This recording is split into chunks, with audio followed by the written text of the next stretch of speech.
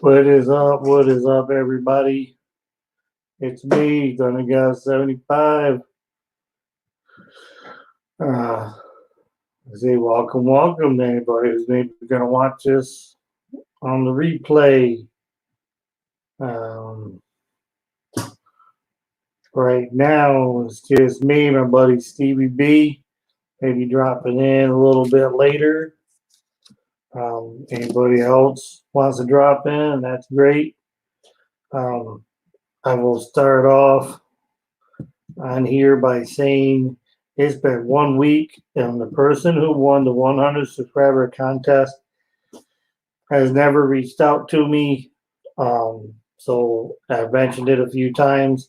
So we're going to redraw for that slab. More likely tomorrow, I'll drop a video with some more details. It's going to be done live. So like I said, I want to be able to give that away. And that's why it's really, really helpful if the person that wins it is in the current chat. So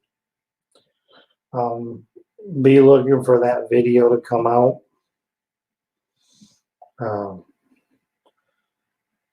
Because I'm going to give some updated details on the 100 subscriber giveaway. I think a week was sufficient enough time to claim it. Everybody knows I'm on shows probably 3-4 times a week, so there was ample enough opportunity to reach out to me. So I was going to wait and see if we can get somebody else on.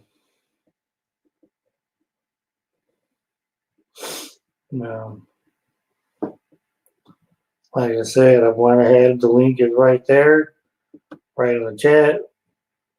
All is welcome on this show. We never have a problem welcoming somebody in. I do know there's some other stuff going on YouTube right now. There's probably a lot of viewers, so don't expect to get much. But this is a good place to hang out and just talk comics and other things. And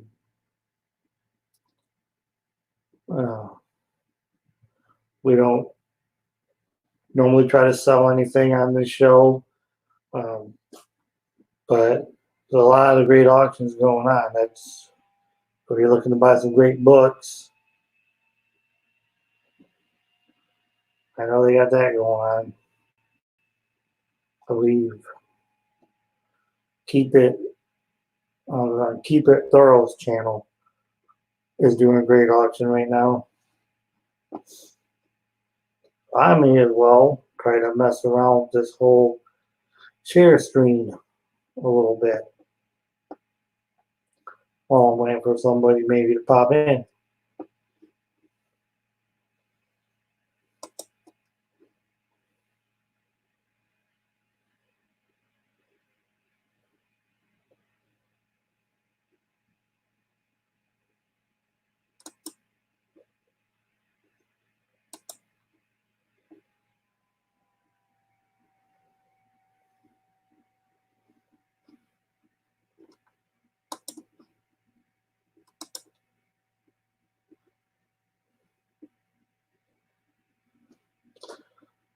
So yeah, from what I can see, may have this figured out a little bit.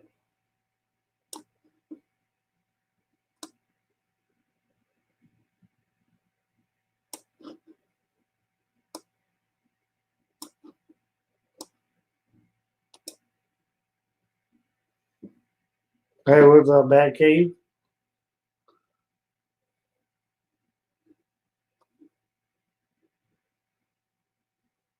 Yeah, it's good. I got somebody in a minute can let me know if they're looking at what I'm looking at. I'm trying to do this share screen so for to do giveaways. If you're in the chat and you can actually see me do this.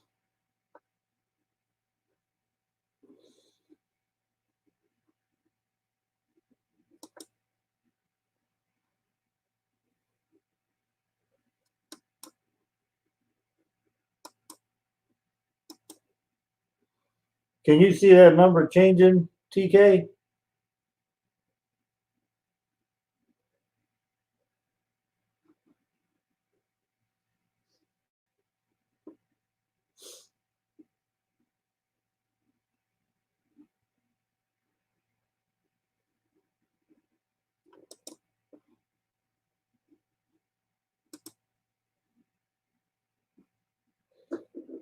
All right.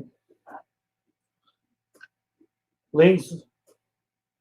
The link is right up inside there. All right, sweet. Now, next time I do the subscriber giveaway, I don't have to old school pull a number out of the hat.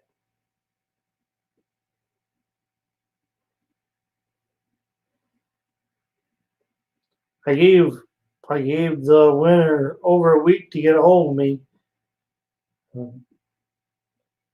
So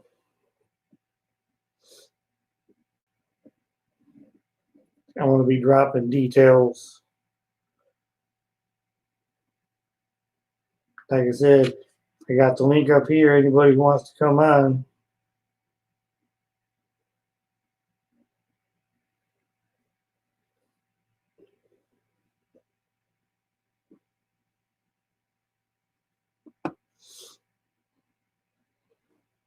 They got an auction going on right now, I do believe. Probably a lot of people watching that.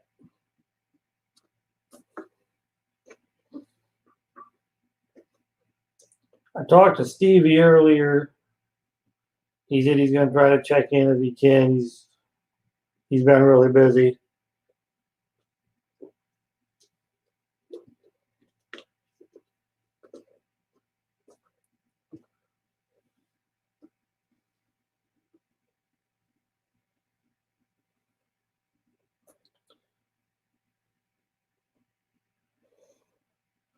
So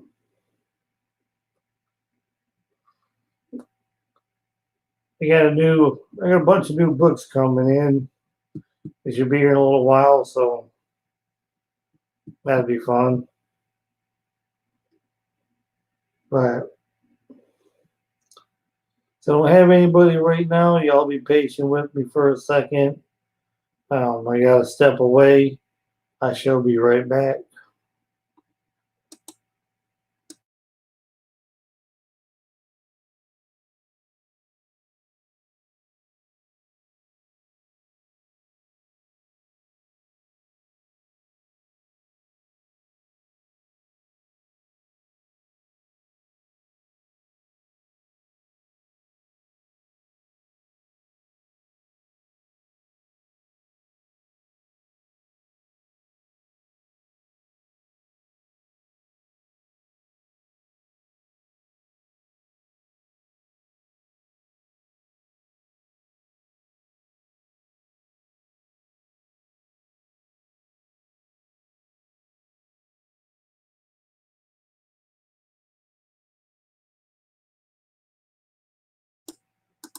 All right, all right. Thank you for being patient real quick.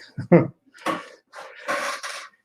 the married fellas out there understand the better half needed something real quick. So probably want to go take care of that.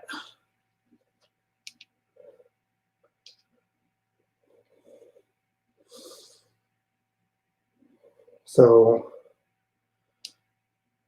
yeah, definitely once again, I want to thank everybody who tuned in to Jay Blitz's show earlier. He did a real good job of hosting an auction that some of us were on.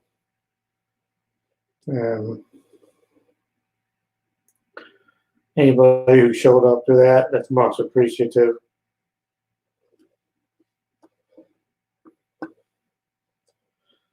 Let's see if we can.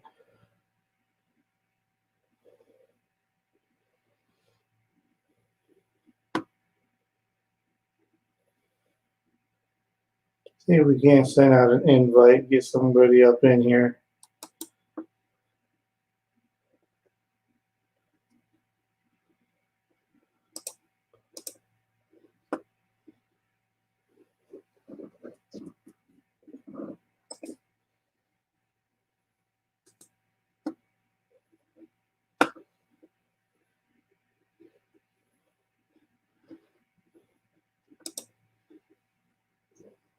All right.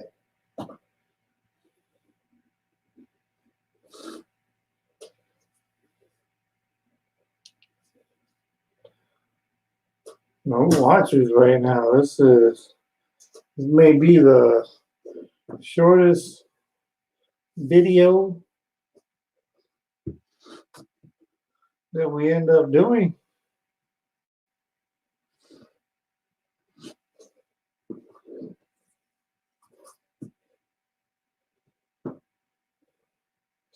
Um,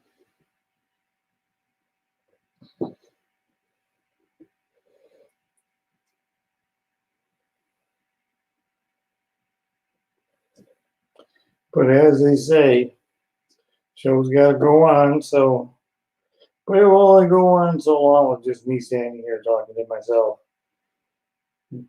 because at some point that starts to look borderline crazy.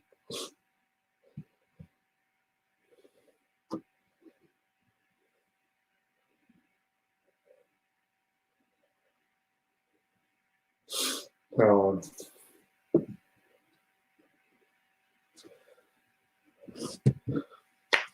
I'm gonna try to put maybe a couple more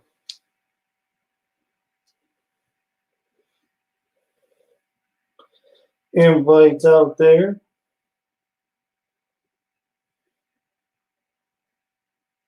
See if we can get some people on here.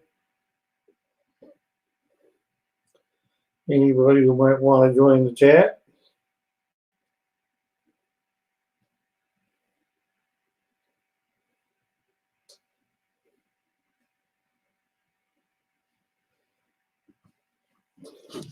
See if we can get my old buddy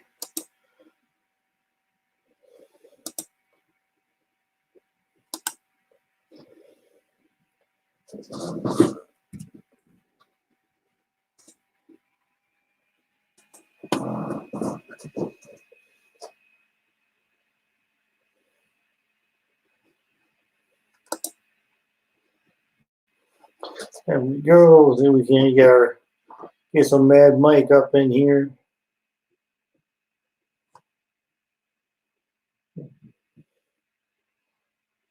Don't worry, everybody. After a few more minutes, we don't get anybody up, we'll just go ahead and.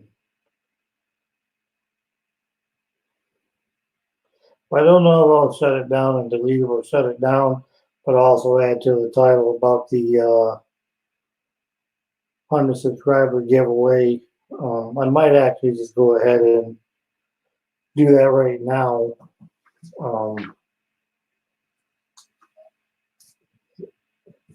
I can find my paperwork, of course. I don't see it.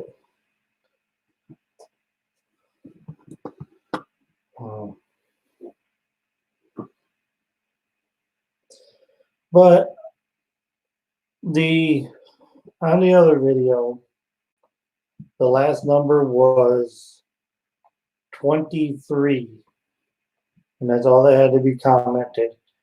You know, to give me your name, and then if you just put a number. So, just if you haven't left your name yet, and you want to get in for that prize of a 9.8 slab, just your username, and then just comment. And you can just comment it right here on on this stream, but start with 24. And then more than likely by Wednesday, live, I may even get with Z and see if we can just do it right there. Because like I said, I really want to go ahead and give away that slab as a gift to somebody, but first winner never got with me. I couldn't find him on IG to reach out to him, so here it still is. And I want to be able to give it out to somebody out there in the community.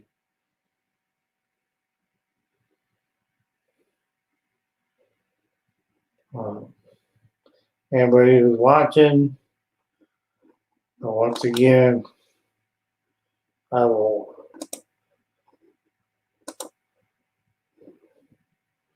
drop this here. So if somebody wants to go on, talk about their channel. Like I said, I know it's hard when there's a big auction going on, but there's a lot of those nowadays. There truly is. So it's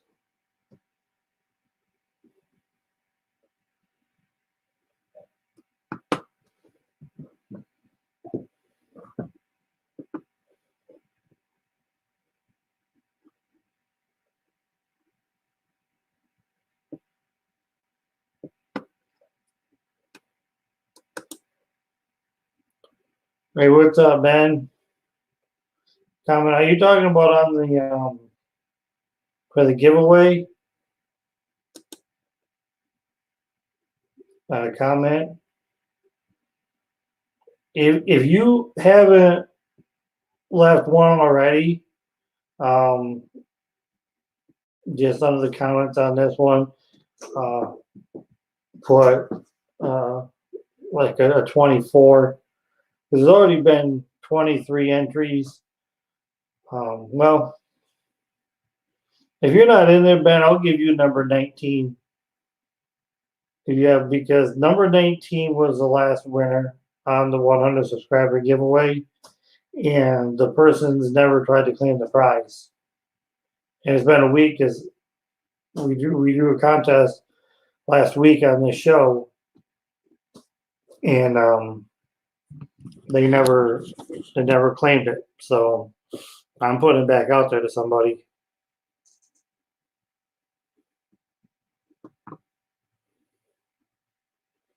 I think a week was a decent enough time to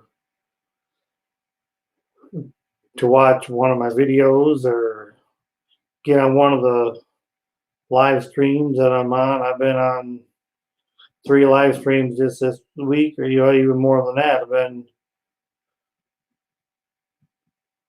I've been on 3 auctions this week and a few other shows that I've been in the chat. So try to support everybody as much as I can.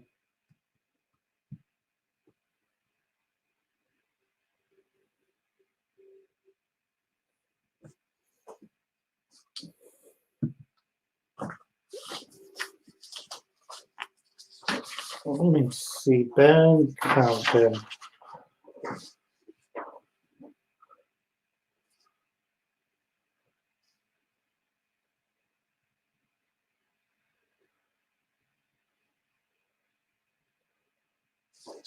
Well, on this list here, Ben, I don't have your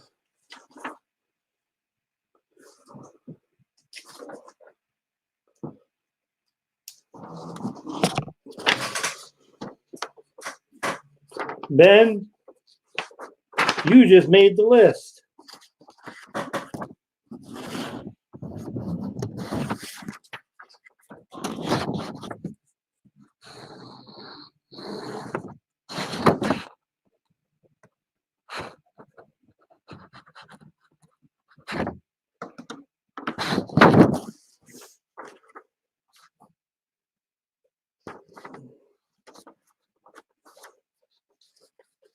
These are all people that are still in it and watching. Ben just made that. Like I said, the other person, I was to say I gave him a week to clean it. So.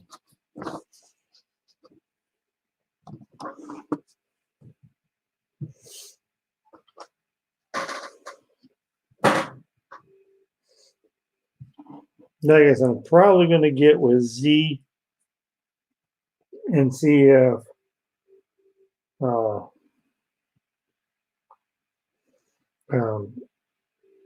Wednesday. Hey, no problem. Like I said, and see what day, maybe like right before we start one of these shows.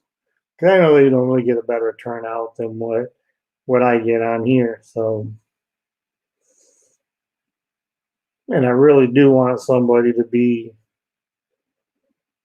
present to claim it.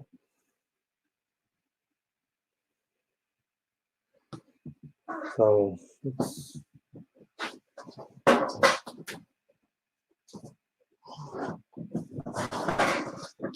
right here. So trying to get this out to the community. I mean, so my appreciation. It needs to go to somebody. I tried it once live. I'm gonna try it again.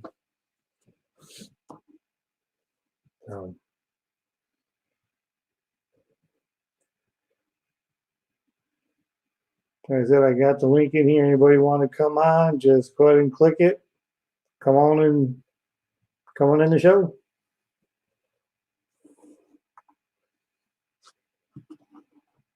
We can talk some DC, Marvel.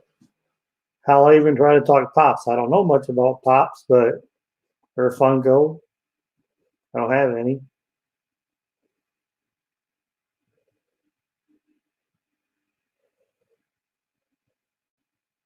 I do hope we start getting some new comics soon, though, I can tell you that. Or at least having some LCS is open back up.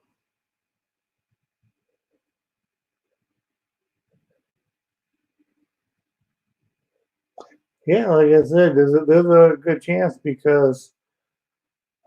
you win it because, I don't have. I think what I'm going to do on the next one is because I've put it out there a couple times about being in the chat. And if there's 5, 6 people or whatever that's in the chat and that's it, I'll just keep rolling until it lands on one of their numbers.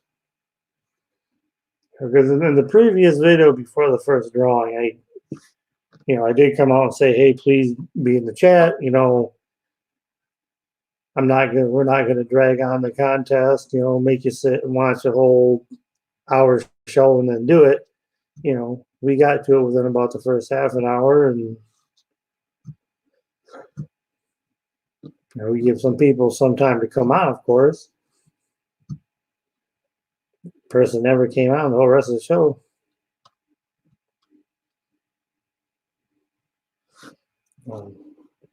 It's a nice book. It's first appearance of Victor's ass in a 9/8.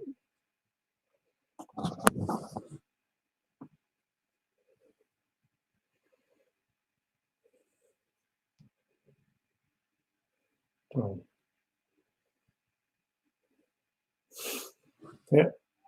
Right now there's just 23 people signed up.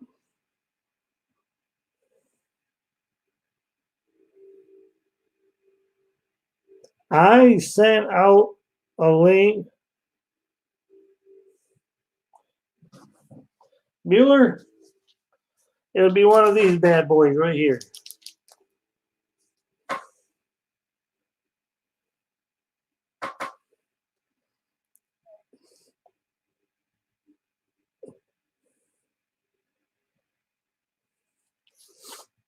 And we can put Bueller down.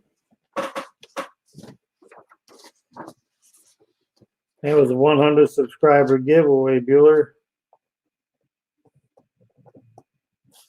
And the other person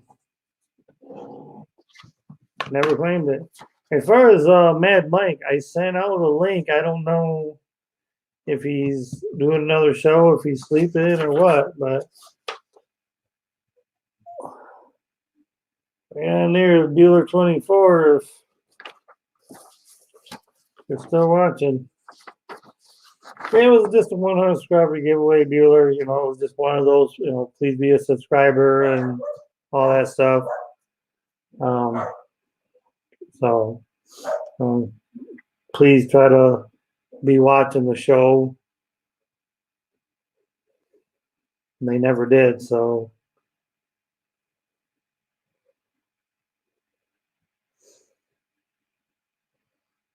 But yeah, I got a link right there too. Anybody wants to come on. I sent one out to Mad Mike. I don't know if he's on Thurl's watching that, so he's not coming on, or Stevie B told me he would try. He said he had a bunch of stuff going on and he wasn't home. But he told me to go ahead and try to bring the show on without him. So that's what I was trying to do.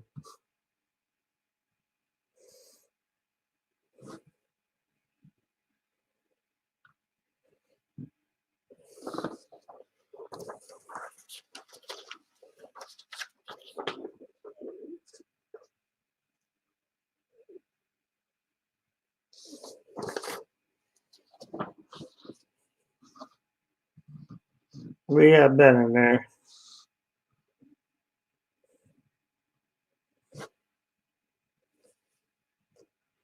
I gave him the number of the person I didn't claim it last time.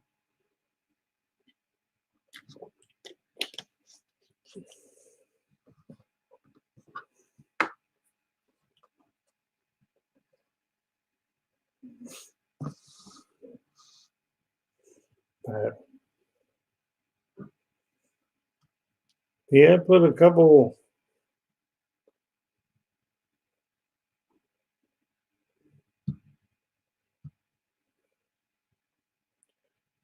Like I said, if I had more of these people actually here, I would go ahead and just try to draw it tonight. But since I got 24 names and not that many people in right now, that's why, like I said, probably going to get with Z, and because when we do those later at night auctions, that's when we got a lot of the people that are on here tune into them shows. So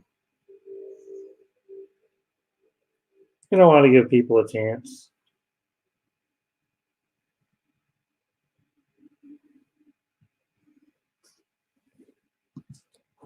Definitely thank you for coming on, Beeler. I appreciate that. Got to send one out to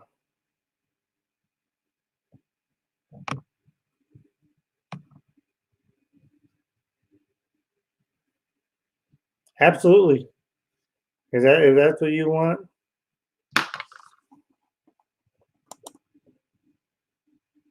Hey Jim, thanks for stopping by.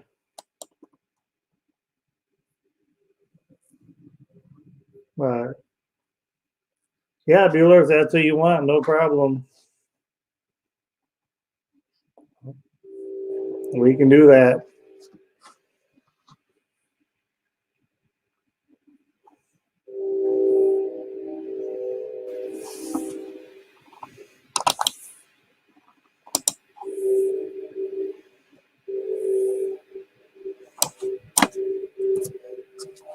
You got a couple chances now, Ben.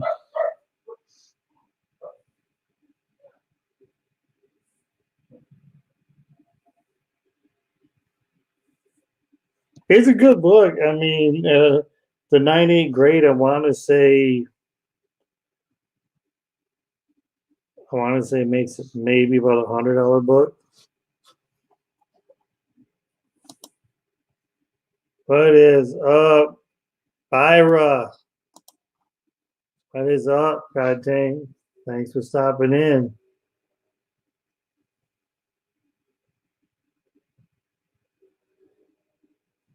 Appreciate it.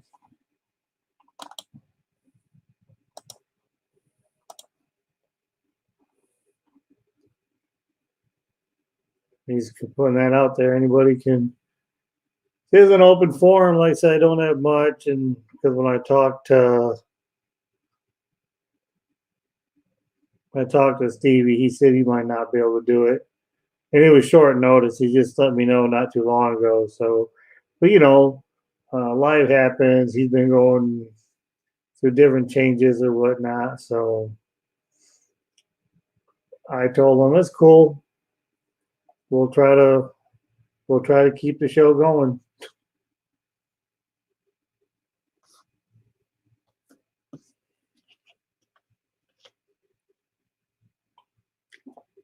I wish the new books that I ordered would have came in. Still waiting on them. I'll be flashing some of them up here for people to see.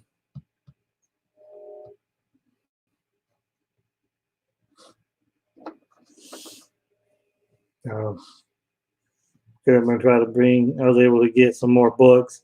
I'm going to try to bring to one of the auctions. Hey, what's up, Capn? Thanks for stopping by. Appreciate it.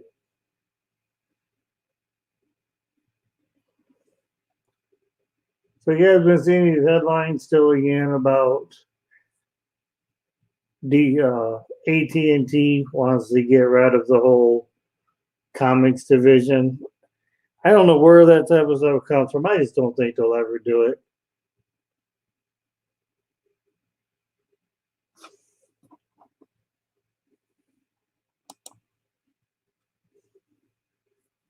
Fabulous. That was some good stuff. That was good stuff. Seeing some of you guys has been doing this for a while, kind of have an interview. It was pretty nice. Because I'm not gonna lie, one of my favorite videos was on Travis T's channel, but we're not gonna go into detail about that. I love when somebody just brings the facts.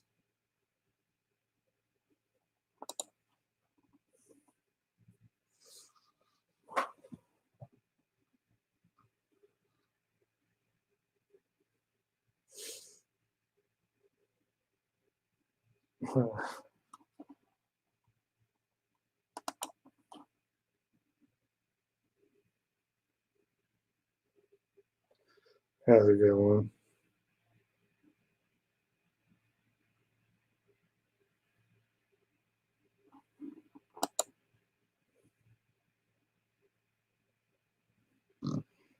Yeah, you guys really looked like it was a lot of fun. It was interesting to watch you guys and all of you that was on there, like so busy, because you guys have like so much different content between you and Tom, and God knows Reggie seems to be dropping something all the time. I try to keep up on him, but geez.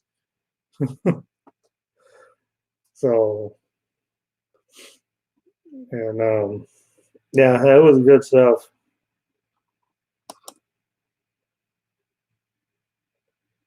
Oh, I'm sure you do because after watching, although I hate giving somebody like that even a view, uh, I had to go, and some of the stuff I was hearing had me biting my lip watching that, and I said, I don't.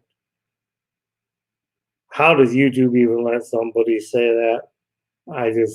It was beyond me. I actually watched it. Didn't want to because I didn't want to give somebody a view, but I was just, it was just insane.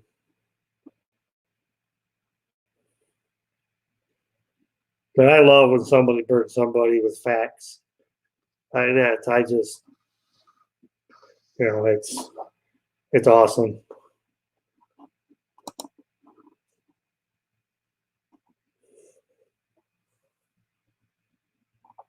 So, yeah, them dude's got some screws loose, I believe.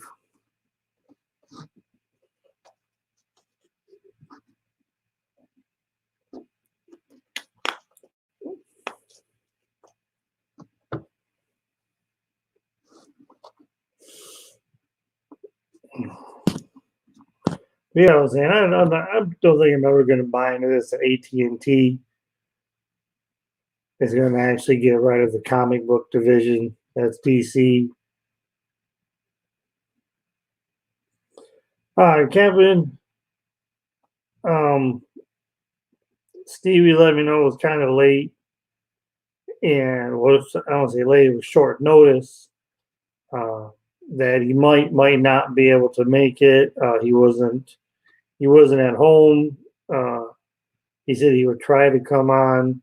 He wanted me to just try to go on and do some show without him. Told him all right. I said we'll go on. I did send him the link because he said if he gets back, then he'll jump in at some time. But he apologized. He said that there's just a lot going on. So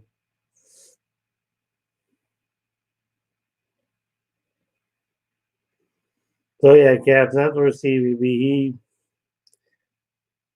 He let me know it was kind of short notice, but life happens with everybody. He had something going on. He wasn't actually at his home, so it happens.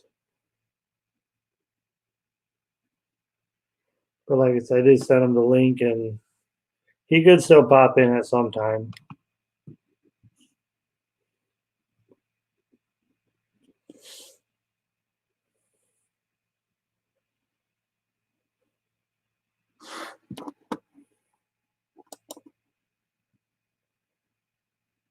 Yeah. Yeah, Bill, that's all you can do with stuff like that.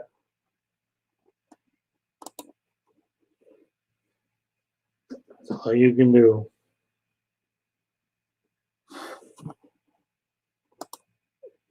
Hey, what is up, Aggressively? How you doing? Thanks for coming on here. The Gray Man. What is up? Thanks for popping in. Really appreciate it. What we got the time here?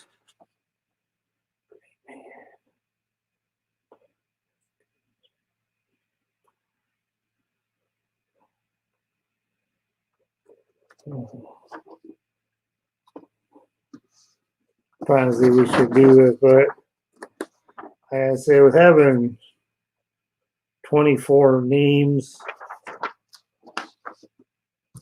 but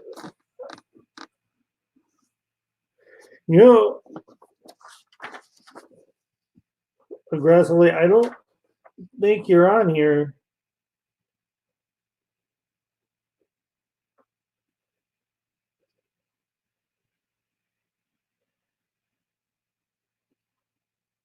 I am.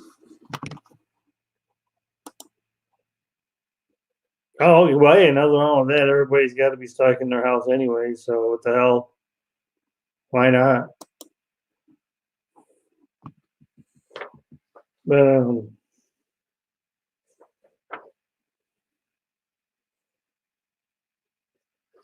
one that's on here, if you want to Aggressively, if you want an entry onto this list here, it is for a 100 subscriber giveaway.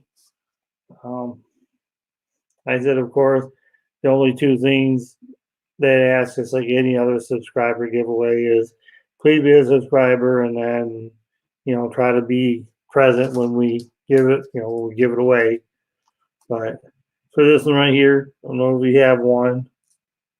It is a 9/8. And it is a, so I can see it better this way. It's a first appearance Victor Zaz.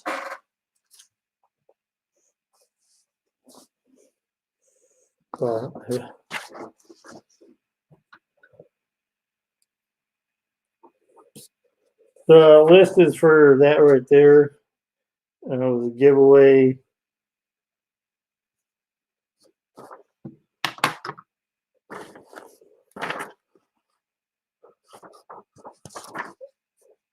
God, Tank, you are right there at 10, right by my finger.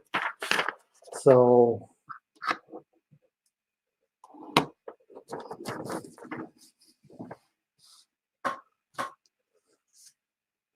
are you in? Are you interested aggressively?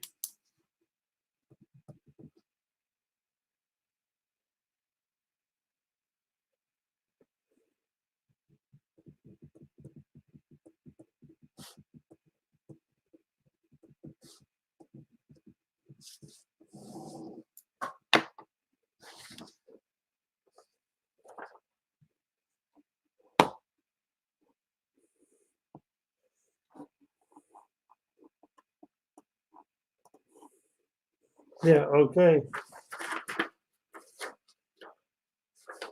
And we look by this finger here now where it says aggressive relax is at 25. So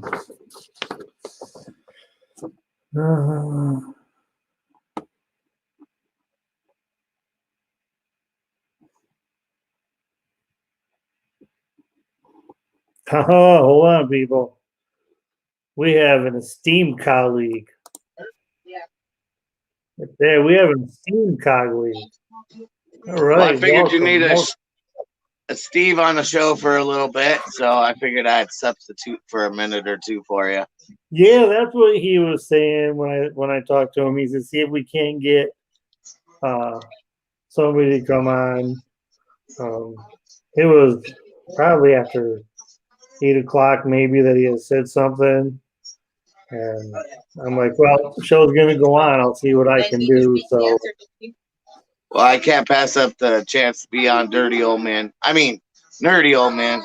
you know what? I so bad almost wanted to call it dirty, but I'm like, I better not. That's what we were thinking about. We'll call it dirty, because it was a grumpy. Okay, I'd probably get copyrighted for that shit. So right. I couldn't do grumpy. And then the first thing I thought of was, ooh, dirty. And I'm like, maybe I better not do that. That's all right. I catch your guys' show every week. Me and Tori talk a lot with you on your shows and stuff. So I figured I better jump on. She's had 2 days of auction, so she wants to take a break for a while. So yeah, she's been putting some nice stuff. I have to admit, I've never seen those metal musicians, the rockers on comics. I don't know. I've never even seen those at my LCS. And that's Those kind of are the awesome. weird thing about it.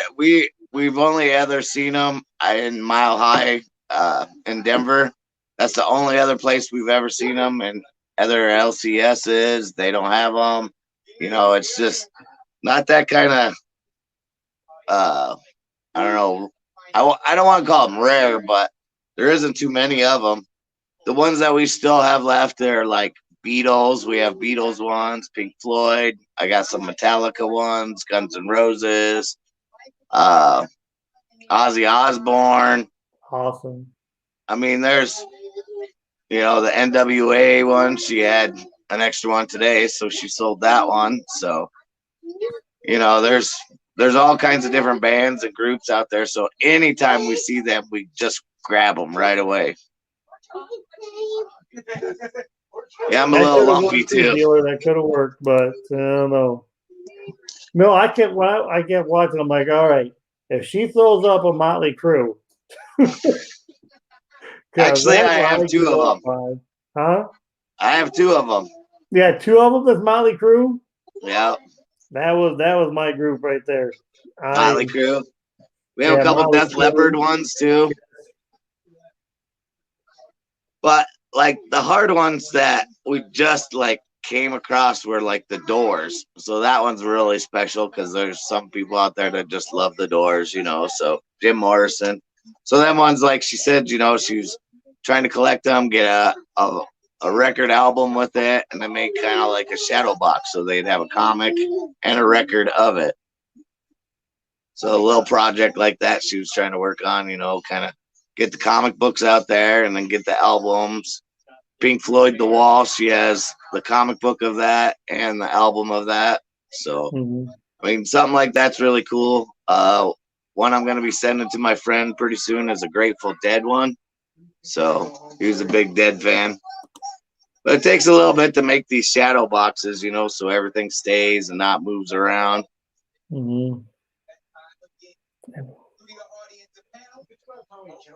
Sex Pistons. Yeah, the Molly Crew was mine. Kiss. That's kind of my era that I love listening to music. But then the Doors too. I love Morrison. I love that movie. I love the biopic. I thought Val Kilmer did really good in the Doors movie way back in the days, you know. You know, it's actually him singing. They wanted to dub in a soundtrack, but if I remember hearing correctly, Kilmer didn't. He didn't let him. He wanted to go for realism of it, so he actually sung it. Wow. Yeah.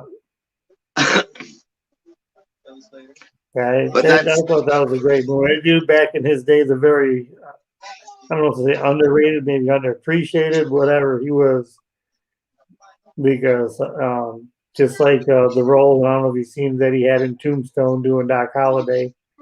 Right. But then you also look at that he had a role in Batman, you know, and that one's not the most popular Batman, you know. So the worst Batman, but right. He didn't have no bat nipples. Yeah, it's not the best. Yeah, I mean, sometimes it's some movies they do great, other ones not so much, you know.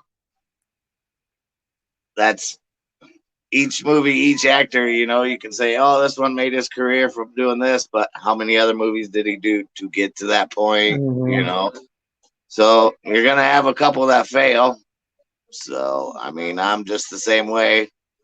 Comic books, I'm going to be hunting for this until I get this, or I'm going to sell a whole bunch until I get the one I want, or what am I going to do once I get the one I want? Do I want to keep going? Do I want to start going to slabs?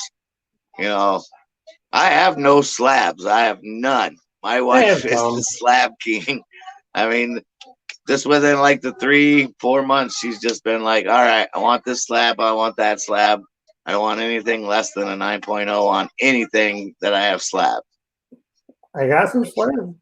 I know. I got some slabs back here waiting for and she's counting down every day, going, all right, the payment will be here. The payment will be here. They're counting it Friday. down. I'm so excited. Less than 7 days. You're gonna get them all bubble wrapped.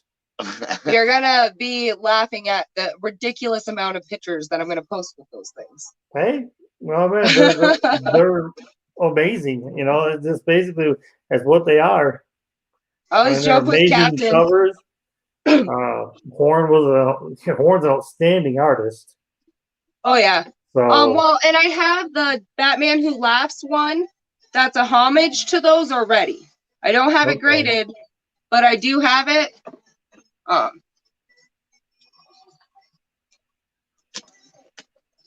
Yeah, I was saying those are nice.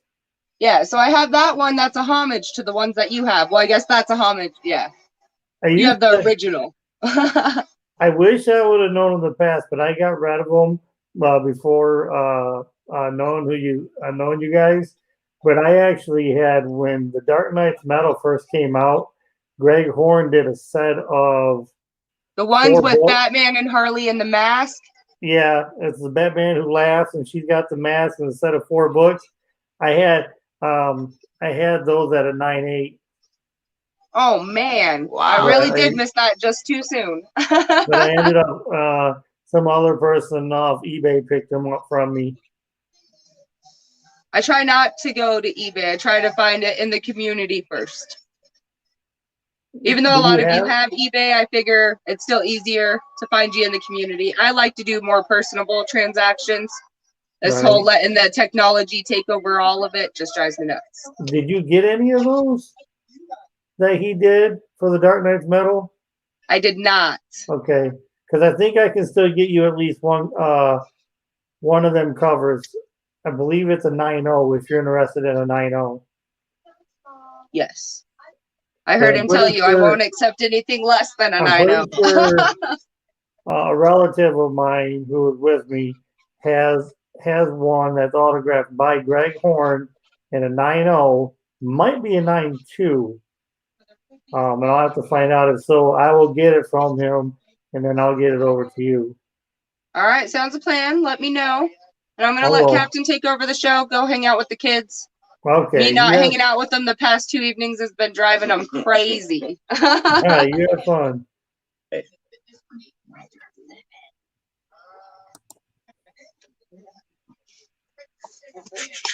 All right.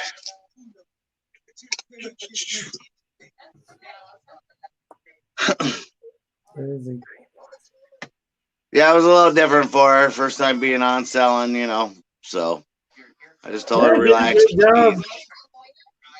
Well, she watches you guys a lot, you know, buys a lot off of you guys. So, and I got the gist of it. Yeah, well, like I said, I got a relative that I think he's still sitting on one. I'll reach out tonight.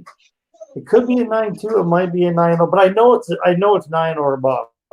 Right. That I do know, and it is Signature Series CGC. And I'll make sure I can get it at a good price. Like I said, it's a relative. You know me, whatever I pay, you know. Right. I'm not that type. It's just going to be a straight swap. That's all. And well, so that's kind of like, you know, we just keep talking and we keep trading and keep talking about different books, you know, and you've piqued her interest up on some of your books already, you know. I think you bought some off of her last night, some of them Thors or whatever, didn't you? Yeah, I couldn't believe it. She put up a whole Thor lot. I'm not charging them for those. Of all the numbers that was in the 400s, and she's going through them like, I don't have a single one of those in my 400 run. I'm like, this. I'm trying to. It's hard. I'm trying to put together the entire volume 1, and there's so many. You know, there's so many of them. But she kept going all the numbers. I'm like, I don't have that one. I don't have that one. I don't have that one. I hit clay before they put the damn timer on. I'm like, so like, oh, you gotta wait them. I didn't want to wait. All right, I'll just take this now, and we'll just move on to the next person. I'm like, I think she's at $1, so shit. Right. I need all those. It's and a little wink, wink. I don't think she's gonna charge you for them at all, so don't worry. So it's all good. Yeah, I'll dig around and see if I got some more of them 400 Thors around there somewhere. We used to have a big box just full of Thors. But back in times, you know, I used to have this, I used to have that, you know, times change, books come and go.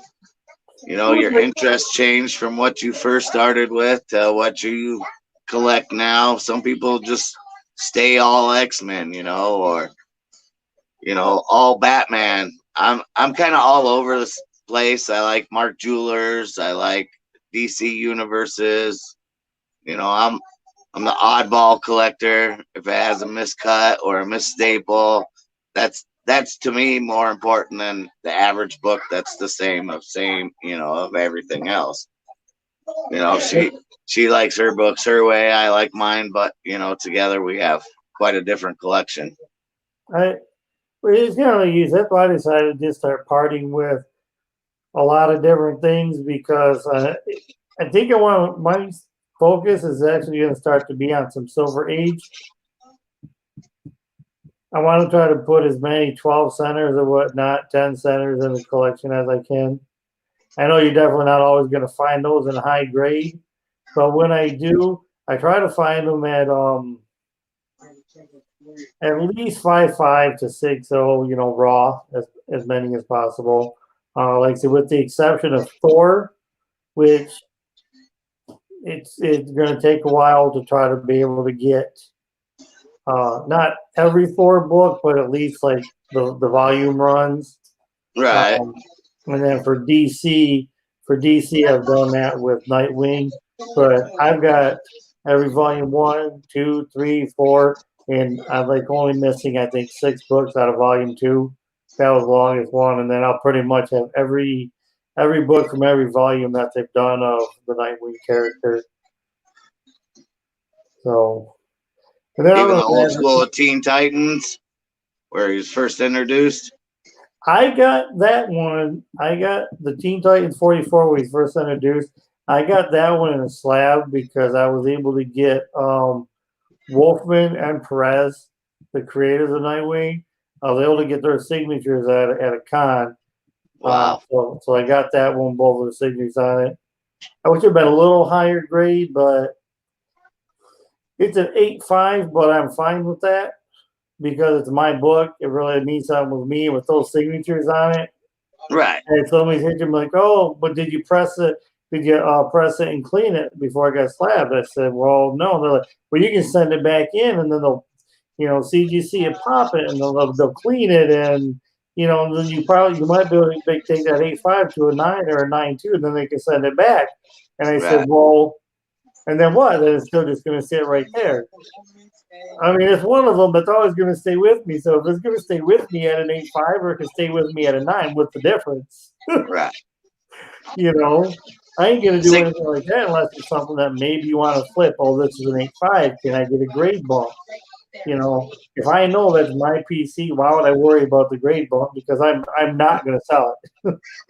Well, that's true. That's you got a lot of, like, even I do too. I have some comic books that, the front cover is detached off of it, but it doesn't start until the middle of the comic book because it's been misprinted, So am I going to go out and get that graded? Probably not, because it'll probably be a 1 or 2. I don't know what detached covers are. But, I mean, that's even a Spider-Man one, too. So it's a misprint. So when you first open up the first page, it starts with page 10 and goes all the way to page 1 in the middle of the book where the staples would be, and then it starts that way. So it's a misprint comic book, Same thing. I won't get rid of it. I don't care kind of what the condition is. It's just one of them oddball things that I collect. Old 10 centers that only have 1 staple in it instead of 2, originally. Wow, yeah.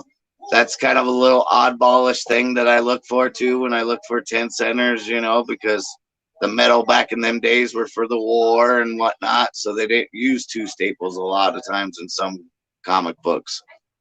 So I look for that kind of oddballish. Did they just put 1 like in the middle and that's all they did? Yep, right in the middle. That's why a lot of your old 10 center ones, the covers fall off or they're really wore or really brittle because that 1 staple's holding everything together instead of the 2 like we normally are, We can go. That would be awesome to find out. I've heard of it, but I've actually never seen one. That's cool. I want to go grab you one. Yeah, I've never seen a 1 staple book. I've heard of them in the past, but yeah.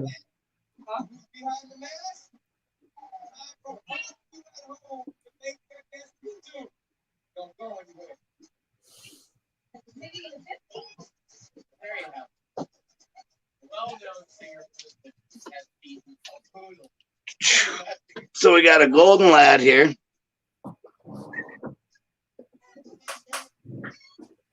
We are going to go like this. All right, fine. So that's the only staple, right there in the middle, holding it. That's awesome. And golden lad, wow. People, if you can see my face right now, I got like a big smile on it because it's an old book. Right. I love looking at old stuff. There's nothing better than looking at old books. And them titles that they just don't have anymore, something like Golden Lad, that they just don't do those anymore. That's why I love that sort of stuff. instead of having the stamp, it says 10 cents instead.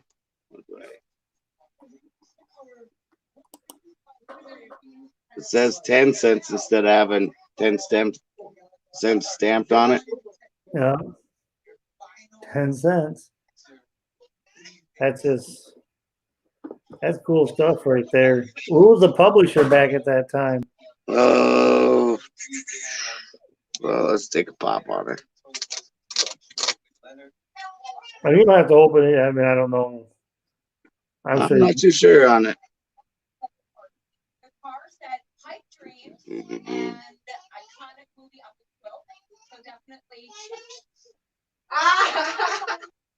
Fun fiction publishers. Fun fiction. Okay. Yeah, 1945.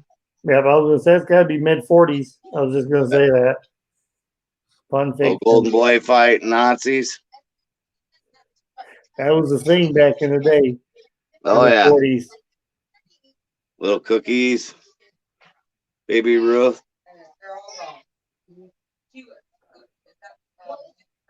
Yeah, you don't see any other staples but the one. Right about I can right see it past this cake. right there, Yeah, that's the only staple in it. right in the middle. Yep.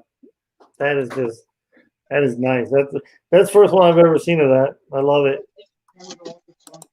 It's just little oddball things like that that I like to collect. You know, it's not something that everybody's chasing. You know, some people know about it. Other ones, you know, hey, I want this Golden Age comic book. You know, they buy it and they don't, you know, realize, oh, did I get screwed? It only has one staple in it. No, that makes it more rare because, you know, a lot of the medals and everything for the war at that time. You know, it's just a little oddball things like that that I like, you know. I like finding diamond inserts. They only came out from 71 to 73. And then that's when Mark Jewelers took over. So them ones are even more hard to find than what a Mark Jeweler would be. I know I got one Mark Jeweler in my source in my volume run. I've only one of them. So that is one of them that I really like. Because like you said, they're not the easiest to find. No. And then you even try to find a diamond one, which only came out in that 3-year span, is a little bit more trickier to even find more than a Mark Jeweler one. Yeah, I've never even seen one of those. Diamond. I have two. Where is she?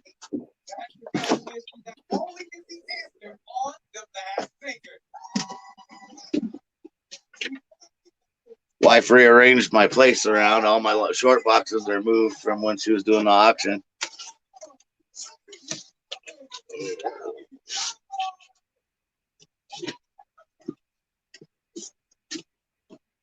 Dun, dun, dun, dun.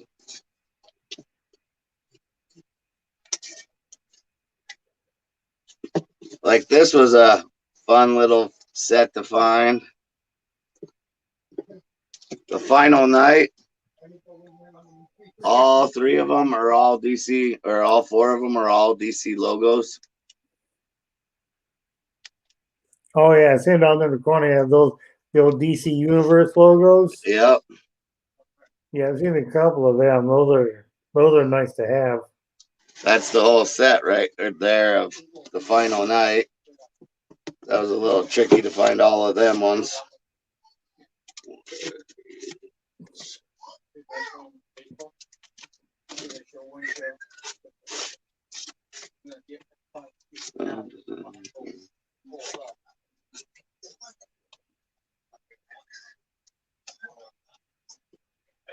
Gotta remember where I put everything. That's the tricky part. Yeah, I know that feeling. Looking around, where the hell did I put that? I know it's here. And then I'm down to go. Don't even know why, but I'll go ask the wife. Hey, where'd this book go? How hell am I supposed to know? I don't go into your room. Yeah, I mean, she rearranges and then I rearrange, and then we end up asking each other, "Where'd you put that book? Where'd you put that book?" "Oh yeah, that one's over there, and then that one's over there." Sometimes we have to find each other where we hid a little things. Tell him how long I had to panic over an Ewok. She searched through everything we had to look for an Ewok book that we had one time. Here's one of them. It's the Incredible Hulk 151, and it has a diamond insert in it.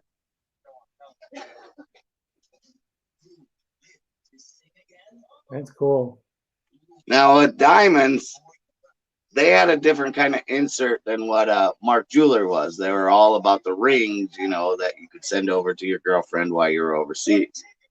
Well, diamonds also on their last little part of it had a lingerie where you could send that to your girlfriend too. You could buy her lingerie and send it to her.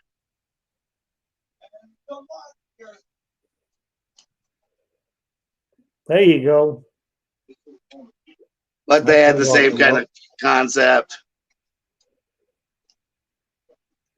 with diamonds.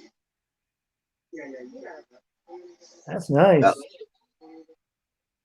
And that's kind of how Mark Jewelers did theirs with all little rings. You know, if you're a serviceman, you filled it out. You could send your sweetheart a ring or an engagement ring. Yeah. But that was the different thing about diamonds, is because they also had the little lingerie that you could send too. I like it. But them ones are harder to find even more than the Mark Jewelers are. I bet you they are, because I've been able to come across some Mark Jewelers before, but I haven't come across those. So, yeah, those would definitely have to be harder. Yeah. But it's that odyssey about my collection compared to my wife's. You know, I like a little bit to be different, I guess, a little bit.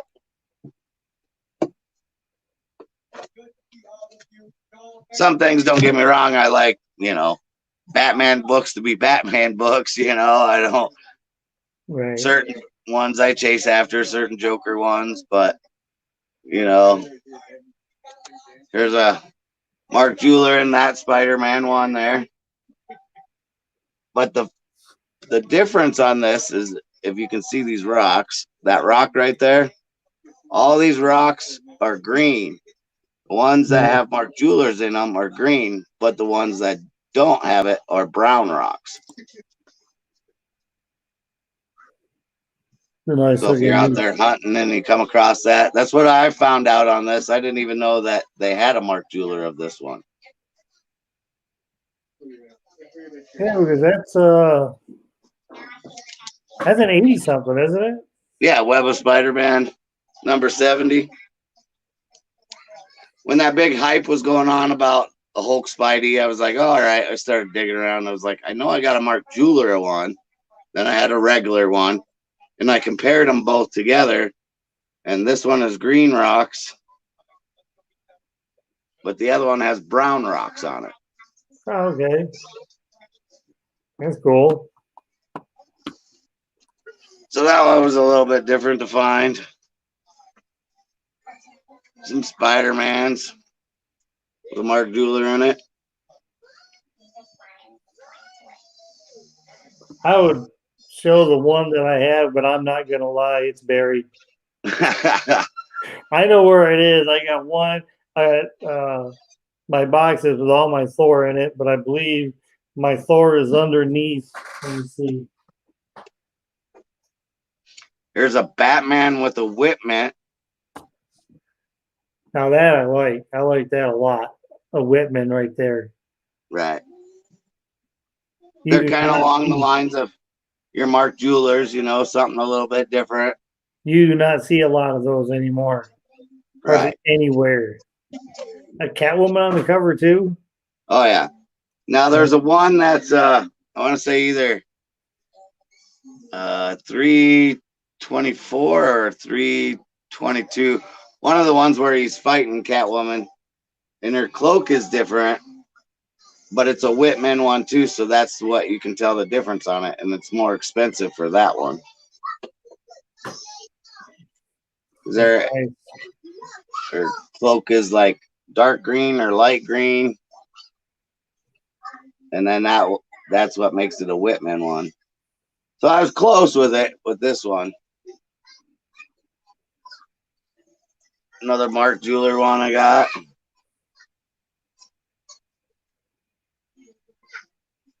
But the funny part is most of my Mark Jewelers I've got in a $1 bin or a 50-cent bin, or you buy 5 comic books for $3. You know what I mean? Something where they're just like, just get rid of it because we have so many of them.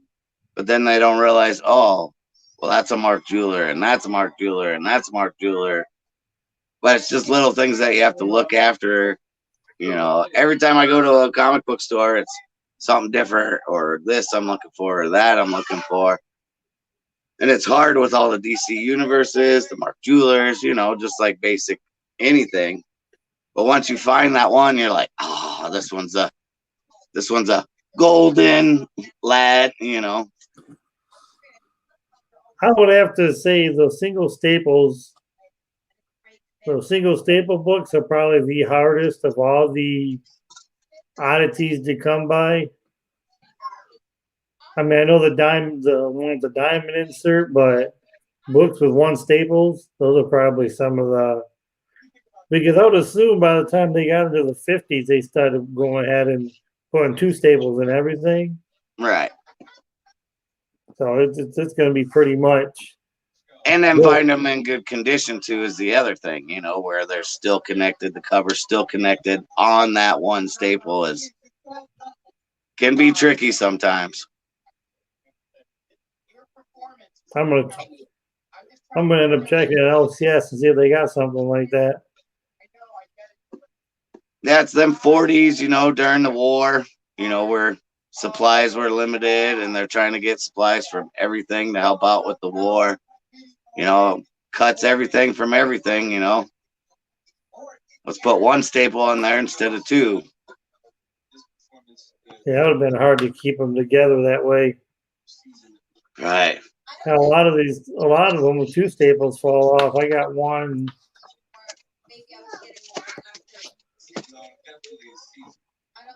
And it's a lot of times they'll fall right off just that top staple, and there's 2 of them. And that's even some of the, not so much the newer stuff, but the stuff even from the 70s, some of it from the 80s. But if you look at the staples they use nowadays, it's a lot of these staples have this bigger, I don't know. You ever see it? Almost got like almost has like the little hump thing has like a bigger staple, so they don't slide right off instead of your typical just kind of staple. Yeah, fold over instead of kind of curls. Yeah, nowadays you see a lot of them have that little curve thing, but they even just fold over, they come right off, and that's about the time you get to the center page. If it's been turned enough, you ain't even got to be pulled. It's just where the wear comes from it. You know, you'll barely move it, and it just kind of pop right off. Right, your center page will just pop right off from it. Yep. I had one I was looking at the other day that happened to. I was like, son of a bitch. I'm like, well, I'm going to not sell that or whatever. I'm like, I'll just give it away if somebody wants it. You call it slightly used. Yeah.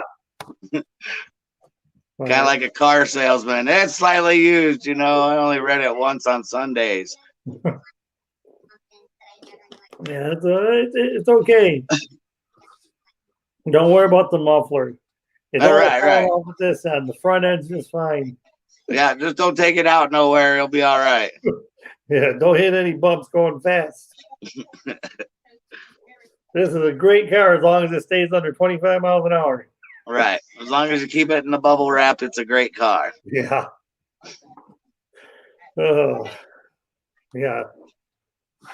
Oh, man. Like I said, I wish I had some of my, I just got done ordering almost 100 different books. They can't go to an LCS.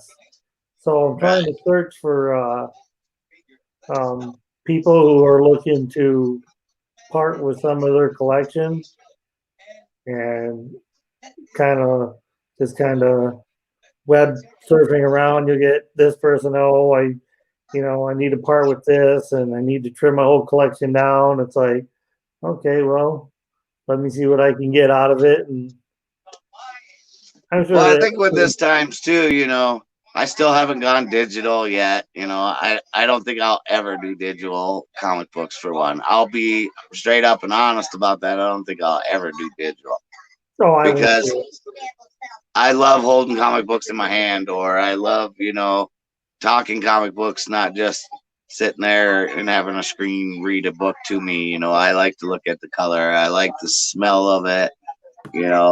It's what brings us all into it, and a little bit of me is kind of glad that, there isn't no new comic book Wednesdays anymore, just for the simple fact is I can catch up on some of the old stuff that I do have, or I don't read, or why did I collect this? Oh, just for the cover, It gives me that reflection to step back and ask myself, why did I really want this comic book? Was it because of a spec, because of a movie? Was it, the chick looks hot on the cover? It took me back to my roots where I was like, hey, I actually collect DC. I collect this and I collect that. Instead of just being scatterbrained and just, oh, this is a great book for this week, or I want to see what's in this story's about. And then I read the story and I'm just like, I spent $5 on a book that I really don't care about now. Yeah.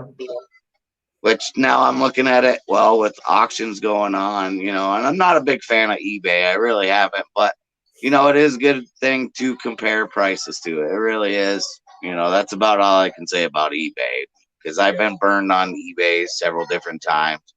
So I just say, I just check it for prices, or, what the average of this book might be going for. But that's why I love these auctions, because you start to meet more people out in the community, or see what they have in their collection that they want to get rid of, might be something you're looking for, or, hey, you call up your buddy, hey, this guy's selling a whole bunch of Iron Mans, Right. You find out more what people are collecting now than what you did when there was actually a comic book Wednesday coming out every week, I feel anyways.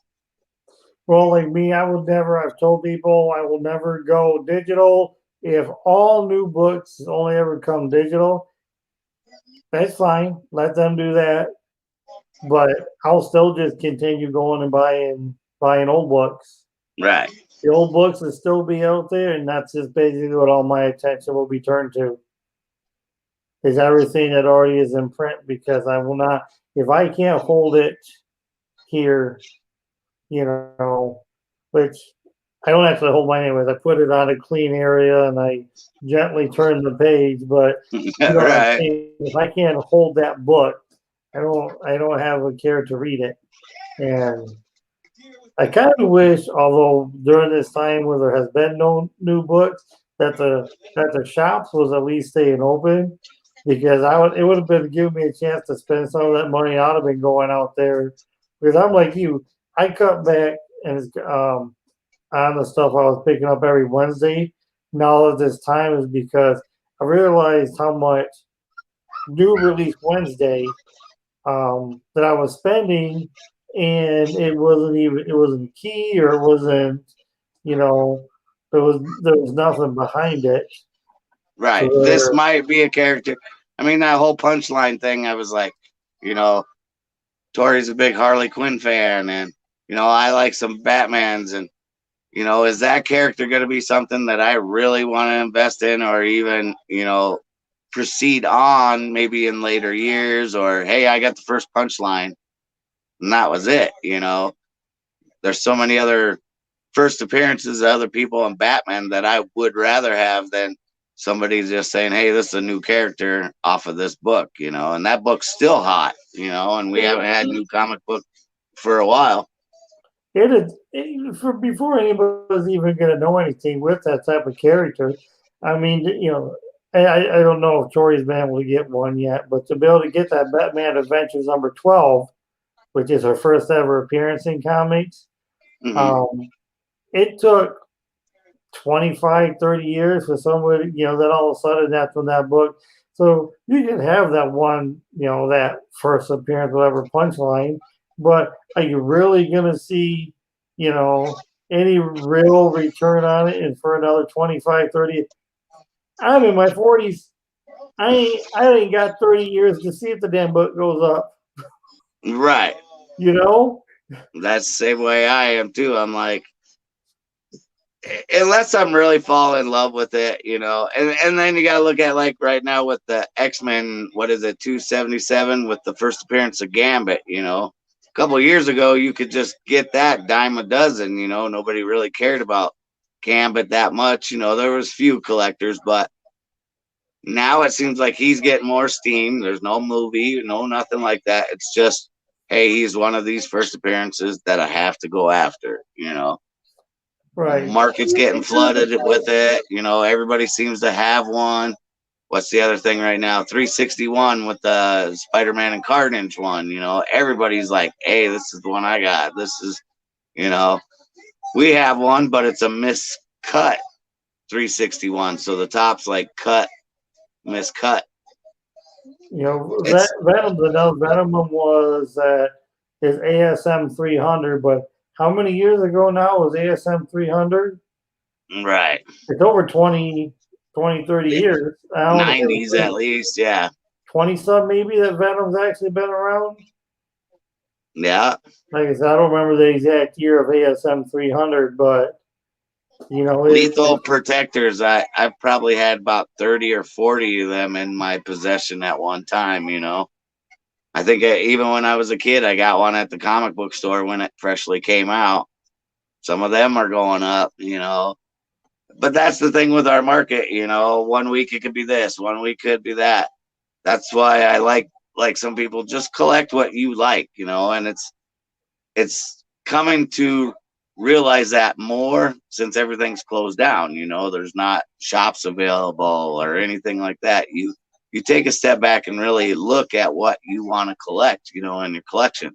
Do I want 3,000 books of, Batman, but I don't read them, or, makes no sense to me. Why not get rid of a couple of these that you have, or Supermans or Superboys, Some Superboys are keys, some Supermans are keys, but do you need every single Superman?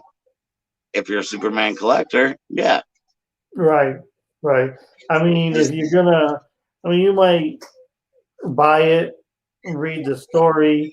But one thing I found out with I'll read the storyline, and then I put it. Everything I get goes into a brand new bag of boards. Right. I keep those set with me. And hey, what's up, Mark? And then it gets taped, and then it goes inside. Well, right now I've switched to these BCW. I don't know if you've seen them. The black plastic ones, the click togethers. Mm-hmm. I started switching to a bunch of those, and then it latches. And I got so many books in those, and it's like, okay, I read that book one time because I love to read the continuity of a storyline. Mm-hmm. I love a comic book storyline. But the chance that I actually pick that book up again and read it is very slim. Because I've read that particular book. I'm really holding on to that book because it's part of the run.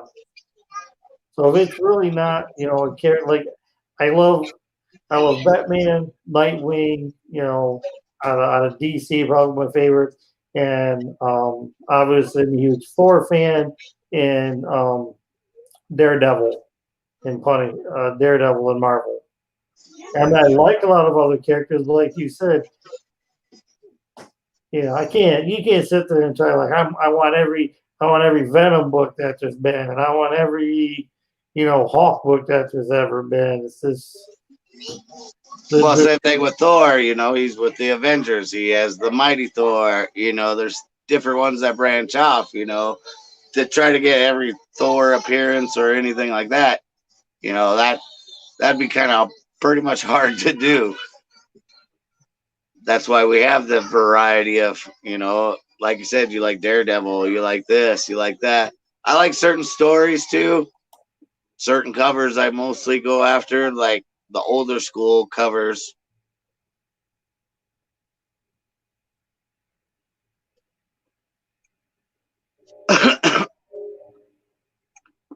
But I'm just, I don't know. Like I said, I'm sitting back more and taking a look at my collection, what I really like and what I'm going after. Certain things, you know, it's just like Tori. She wants, you know, more Harley Quinns or Poison Ivies, stuff like that. That we actually, you know, that she started off with.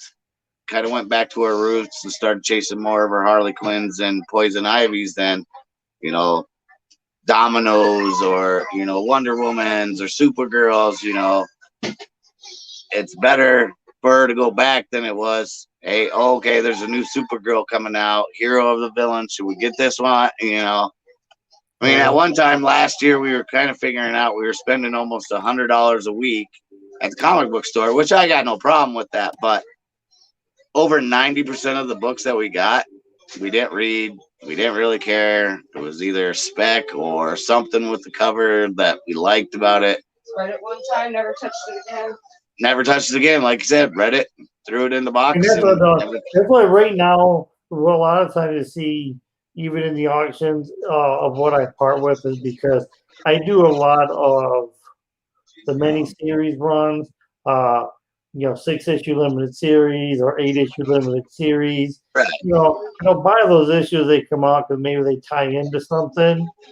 And so I'll read that, you know, read that whole mini-series, and then it gets all brand new bag and board. It had been going in a box, and I got some that's just been sitting there. And it's like, you know, I read that story. If I ever wanted to go back and read that story, it would be just as easy to go grab the trade, you know, in paperback, and then just sit there and read it through, as compared to trying to pull out every single one that I got, take my tape off. You know, I'm not gonna do all that. You know, if I read it, it's been in my collection. If I can give that story over to somebody else that hasn't read it, then, you know, then it served more purpose than just sitting with me. Right. I don't know how many times I've sat down and read my Secret Wars. You know, that's just a 12-issue miniseries. You know, the Infinity Gauntlets. You know, before the movie even came out, I have a reader set, and I have a set that I've never opened. You know, or I probably changed the bags on it, but I've never read that book. You know, Right. but I have a reader copy, so I have 2 sets of that I just sit back and read. And, you know, there's certain stories that you still read to this day that you remember, even though you haven't touched that book for 20 some years, just because something key in it or something that you remembered about it, you know. Like for me, it's always, I never understood why Namor always had green underwear, you know, and then Aquaman is the same way. It's like these guys have swimsuit, you know, bikini underwear, and I'm like, I don't know, if I was a superhero underneath, I wouldn't want just a bikini underwear, you know. It just always made me feel uncomfortable about my superhero wearing just underwear and nothing else, you know. Namor was probably the worst for that. I remember seeing some of his early stuff, and he's got the bare feet. It's nothing except for his green. It's like, Right. At least Aquaman, I think, had like the green, at least full-legged pants or something. But Namor, it would almost been like Superman with just the red underwear without the rest of the blue tights. That would look very weird. All right. You know, and how many fights has Namor been into? And, you know, like the Hulk never de-pantsed him, you know. Oh, crap, you know, and then you punch him in the face and the fight's over, you know. Something like that, where I'd always just think like, you know, this guy has wings on his ankles, you know. It's just, I don't know. Just never, he was never one of my main characters, but nothing against him at all. You know, he's strong, he's powerful. He's just like Aquaman in the water. That's where their strengths are, but just not one of my kind of characters I like to collect. Now, would I love to have a Namor number one? Sure. Batman? Do you like Batman? Oh yeah, we all like Batman. Oh yeah, the youngest ones like Batman, Harley Quinn. Remember that he needs that speedo so he can be Michael Phelps. Come eat cakes out here. Come on, let's work. Yeah, Michael Phelps was a pretty fast swimmer. Yeah, the modern day Aquaman right there.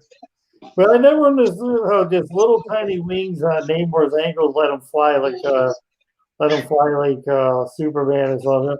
He's sitting there flying away, and all he's got is these little wings on his ankles. What are they doing? They're just kind of moving real fast. Right, just flutter. I mean, I understand the Greek mythology kind of behind it. You know, I can't think of Athenas or something like that, the god of flight, where he had the little shoes with the little wings on it. I can't think of what his name is. But, you know, there's a Greek god that has wings on his shoes that made him fly. Well, you're thinking, oh shit. But those didn't actually make him fly. It made him run really fast. Right. So, I mean, that's kind of where I saw them kind of going with it, you know, but them little tiny wings to carry somebody who's so brute and so strong, you know, them wings would have to be like hummingbird wings just going crazy. Mm-hmm. Now I'm trying to think of the name of that character of the Greek mythology. Yeah. I love Greek mythology. So, I mean, I kind of see where they were going with it, but on the other hand, you know, shoes would be awkward to get, you know. Yeah, you got to cut a hole out of it so my wings can stick out, my ankles. Well, unless he wore the old Robin style shoes. That's true. Little sandals. Yeah, it's just what they put on the Golden Age and even the old Burt Moore and Robin, just some little Robin Hood shoes and whatnot. They didn't cover much. You could have his little ankle wings sticking out of those. I mean, look at him on. Hermes. Yes, thank you, Joe. Hermes, there you go. Yeah. Little wings on there, but they didn't. They made him fly. He ran. He was able to run real fast to place. I don't think he flew. Although I was thinking he flew or something with it too. I think it is. Well, I think they make almost all, because they're considered the gods. I think all of them have some ability of flight, but he was faster than the rest or whatever. You know, Hermes was considered like a messenger of the gods. Right. As well. That's what. Yeah. But somebody who's in the water, why do you need wing ankles? You know, are they going to help you swim faster? You know, it's just one of them characters that I never really looked into. But don't get me wrong, he's good, he's strong. You know, he's powerful. He's went against the Hulk. You know, several different people he's gone against and stood toe to toe. But it's just not my kind of character. I didn't mind his look when they put him. I think it was like an all black outfit or close to an all black outfit. I actually like that look on him. So when he goes into the cinema universe, which he will at some point, I hope that's the look that they use. I don't put. I mean, if they want to. I do too. That was a whole lot better looking than just some dude standing in his underwear. You know, at least he had a suit. I'd have a hard time taking him seriously in the movie if he's cutting the whole movie and he's only in the green underwear. I mean, if they want to put homage to it, they could do one little underwater scene or whatnot, and then look, he's in green underwear. But other than that, you got to put like that whole black suit on him because he's going to be they've got the rights to him. He's going to be part of the Marvel Cinematic Universe at some time. And considering DC was able to make $1 billion or whatever off their Aquaman franchise, you know, Marvel said, "Hey, what the hell? Why did we use our water guy a long time ago?" Well, the Aquaman movie, you know, I'm on the fence. It wasn't too bad. It had great action through it. But the Aquaman that we grew up with, you know, his outfit wasn't until the very end where he had the gold and then the green, you know, when he went to go fight his brother. That's kind of the Aquaman that we all kind of grew up with, you know, that kind of Aquaman. You know, I understand that they kind of went modernized with it all, you know, give him his backstory and learning about his powers and everything. But once you got to the end, then you see, you know, oh, there he is in his gold and green, you know, the big A on his belt.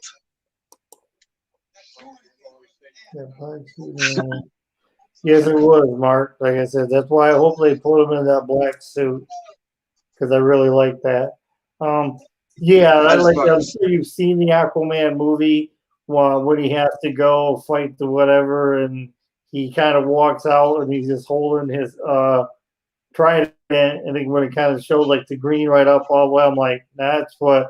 I'm like, all we had to do was like cut his hair and make it blonde, and but yeah, you know, but I don't mind the longer hair role that they gave Jason Momoa. It actually kind of, I guess it would fit somebody you might call, you know, Greek mythology or something like that. The way, you know, the look that he had for it. There's been many versions of Aquaman. You know, he's had a big golden beard, long flowing hair too, or he's had it short, crew cut. Had the hand at one point the hand was cut off and it was cut off, had a hook hand. Yeah. You know, so what they did with that movie was good for what they did it for, you know, or how they did it, you know. Would I choose him as the actor? No, but that guy was hot at the time, so I'm sure that's why they used him. To me, Aquaman has blonde hair. That's just right. Plain and simple. That's one of them characters that, you know, it should be this way, and that's kind of what you see in your mind. Yeah. The old G.I. Joe movie that came out, oh, I can't remember, in the 90s or whatever, where they had Cobra Commander's face like where he looked like he was in a fish bubble looking thing, you know? That's not the Cobra Commander that I grew up with. Used to the shield face or something like that, not just some clear bubble looking thing. That's us comic book guys that we've read so many stories, or we have this impression in our mind that this character should look like that, or that character should look like that. And I'm sure it's probably hard for Halloween to go, hey, what can we do to change this up, but make it still what everybody can still associate with.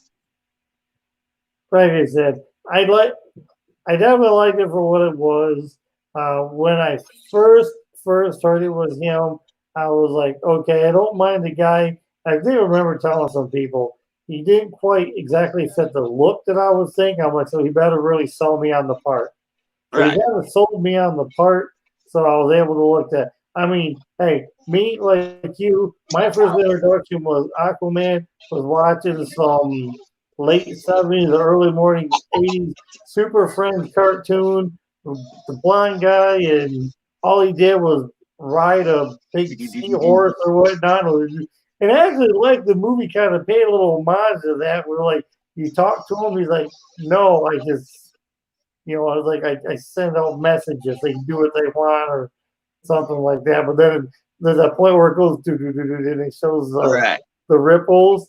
So I kind of like that, how they did something like that. But the movie was put together by a great director, James Wan.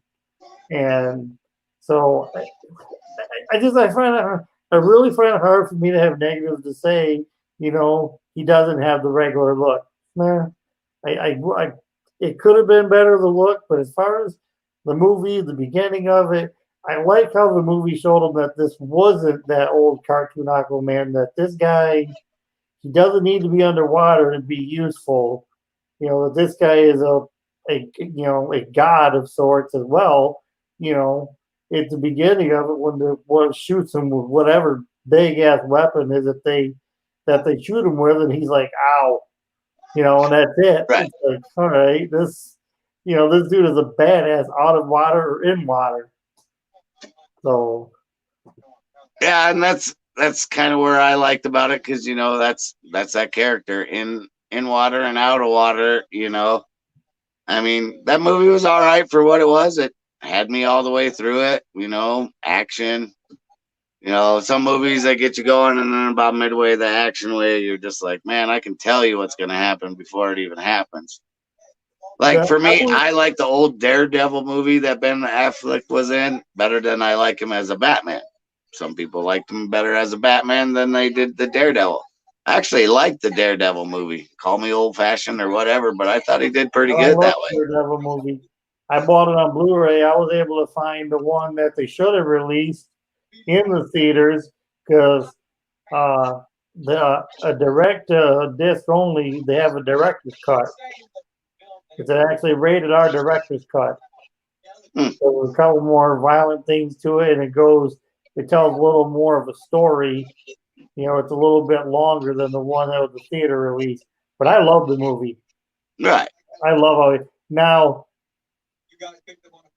Charlie Cox is doing it now in the Netflix show. If I'm given the choice, though, I like Charlie Cox doing the part. I haven't watched any of that Netflix ones or Iron Fist or, you know, Agent Shields. I figured I was like, I don't know, I like to read my comic books before I like to see the movies because then you already have that expectation in your mind or the origin or the backstory of this character or that character. And then once you watch that show, they're like kind of change it a little bit, but kind of keep it the same. What was that one, Agent Shield, where they start bringing in that new Ghost Rider with the car? I started picking up a couple of them comic books before I even watched a little bit of that show, and I was just like, I like the comic books better than I do the show. When they brought in the Robbie Ray as Ghost Rider, right? You know what? Call me old school. I want to see Johnny Blaze as Ghost Rider.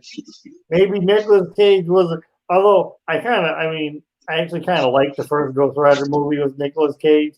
The second one, left a little bit to be desired, but the first one, I actually liked that one. In fact, I took it out of the movie case not too long ago and watched it again.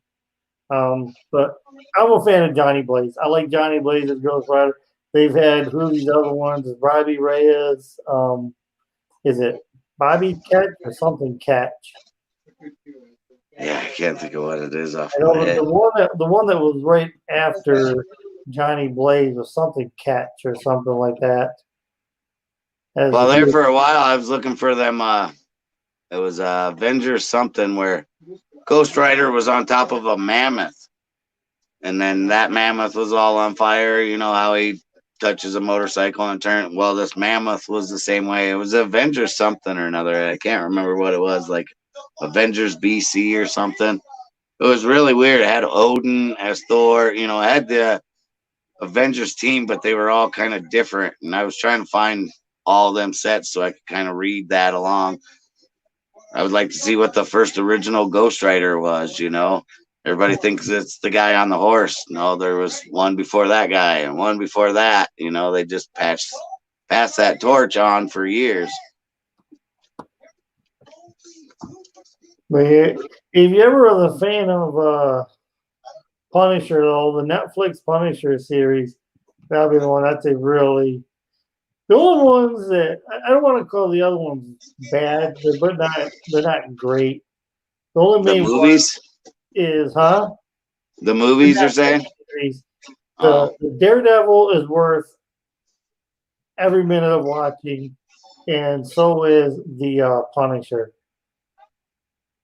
But did they cancel both of them shows? Like I heard the Daredevil was really good, and then they just canceled it, or well, they ended up canceling it because pretty much Marvel and Netflix they kind of lost their agreement with one another. Yes, Daniel Ketch. Thank you, Mark. I knew it was Ketch. Yeah. But because Disney, Marvel, they want as much of their stuff that they can to put on theirs because you know they got Disney Plus, but Disney also owns Hulu. Okay, so that's stuff that they eventually want to bring over. So it was just a matter of they ended up canceling everything, and it was a big dispute between Netflix and Marvel / Disney. Same thing with Sony. Sony and Marvel have to keep coming together to use Spider-Man. Right. So people had to eventually come together, but the Iron Fist, it was okay. Luke Cage, yeah, it was okay. You know, you do with or without him. The first season of Jessica Jones is pretty good. The second season is dreadful. It's almost hard to get through. Third season was okay, but the first one was really good simply because of the villain that they used. They used the old Daredevil villain of the Purple Man. Oh, okay, yeah, he came in issue 3 or 4, I think, of Daredevil. They used him. He had that power of persuasion. Like if he tells you something, you couldn't resist. And the stuff that they made him do, it was an amazing actor that done it. But I don't know if you watch Doctor Who. No, one of my oldest daughters, she watched a lot of Doctor Who, and then some about changing doctors in it or something. I don't know. She watched it. She used to watch that all the time. Right. It was. I want to say it was considered 10th Doctor. The guy's name now keeps eluding me. But he's a fantastic actor. He done one of the Doctor Who's. He was the stuff that they would have him do. You know, he would tell somebody, you know, stay here, you can't move no matter what, and then they would show like a bunch of time pass, and someone would be there, and they had like pissed themselves and shit themselves because it's just a simple fact that they physically could not move unless the Purple Man tells them that they can move. You know, and he was just going through and he was doing all this evil shit to people, you know, just telling them one thing. He went to one of the police stations and would like whisper, you know, would tell some people stuff, and they started just like pulling their guns on each other, and then all he had to do was say like one word, and then like I think they like shot like each other all completely up simply because he went in there talking. It was a great job that they did with Purple Man. I'm trying to remember the name of that actor now, but the villain made the first season of Jessica Jones really worth watching, is what I'm saying. But like The Walking Dead, I watched the first season. I haven't watched any more of that. Sons of Anarchy, I was the same way. I watched the first season. I was like, all right. You didn't watch all the Sons? Huh? You never watched all the Sons? Nah, I watched the first season and that was it. I watched all 7 seasons of that. When you live in Sturgis, South Dakota, where there's a lot of motorcycles, and you know you have buddies that you drink through, and you actually sit down with them and talk, you know, they're like, you know, an hour show, you can't get that much done what they say in an hour. You know, it has to go through this chain of command and that chain of command and this and that. You know, and same thing, I got a Swedish friend. He's a professor over there in Sweden. And I asked him, you know, the same thing, like, you know, he asked me about Sons of Anarchy, and then I asked him about the Viking show, and he's like, you know, there was hundreds of years in that span between this person and that person, but they're acting like, you know, they just met like last week. Now they're going to go conquer England together, you know. It's kind of like that same thing. It's, you know, you got to have that drama, or you got to have some kind of suspense to keep you in there to make you want to watch next week, you know. And that's our same thing with our comic books. It's the same thing, you know. They can have this villain on the cover, but you won't even really get that villain until next issue or the next issue after that, you know, where they build up that suspense to it. Same thing with TV shows, a little bit of drama. Who's this bad guy? Or, you know, why are them two fighting over this, you know?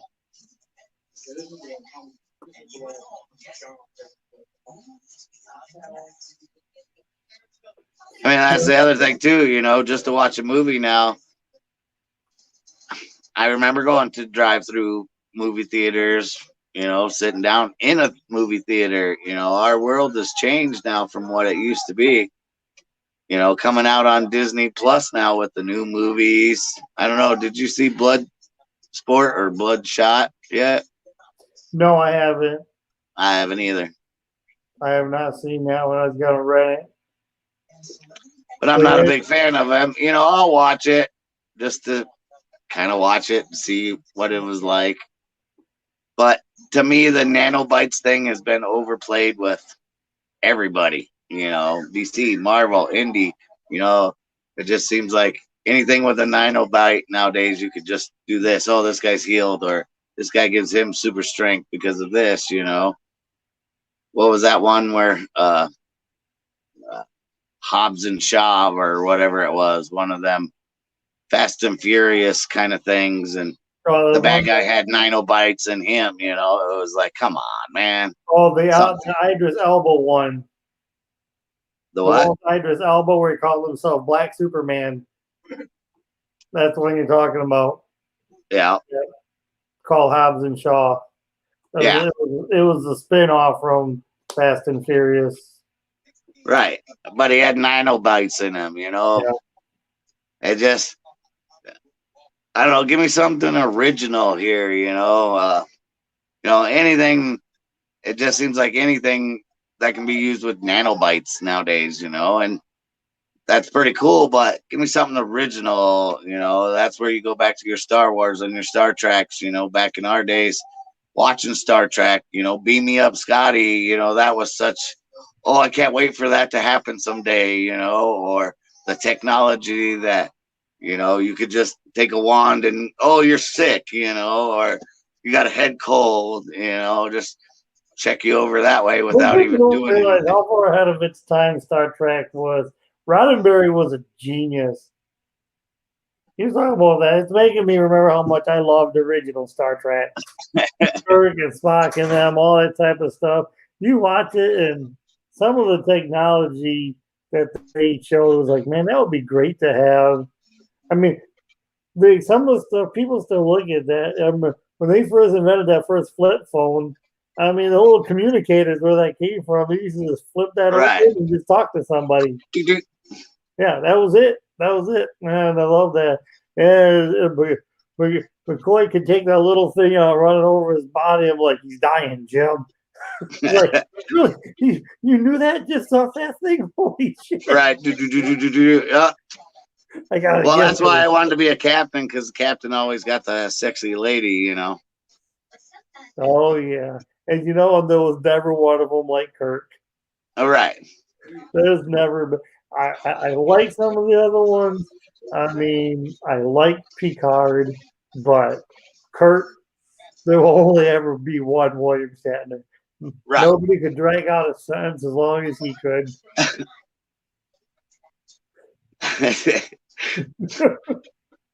We're in emergency, Spock. Well, by that time, the ship's already blown up before you got the sentence out. So I guess, you know. That's the and I like most of the movies that they did afterwards. That first one I've never been able to hardly stay awake through. The one that's just called Star Trek: The Motion Picture. Yeah. I don't know if you've ever seen it. It is so slow moving. That one. But then they picked it up when they did that too, Wrath of Khan. Right. Wrath of Khan. I didn't mind that one too bad. That was all right. I like the Beastie Boy music that they had in there, and they said, "Oh, that's a classic," you know. Oh yeah, from the new updated ones. Right. I thought that was kind of funny, you know. You know, little keys like that, you know, that still made that movie still okay for the most part. I'm more on a Star Trek or a Star Wars guy than I am Star Trek. I probably know more about Star Wars than I do Star Trek.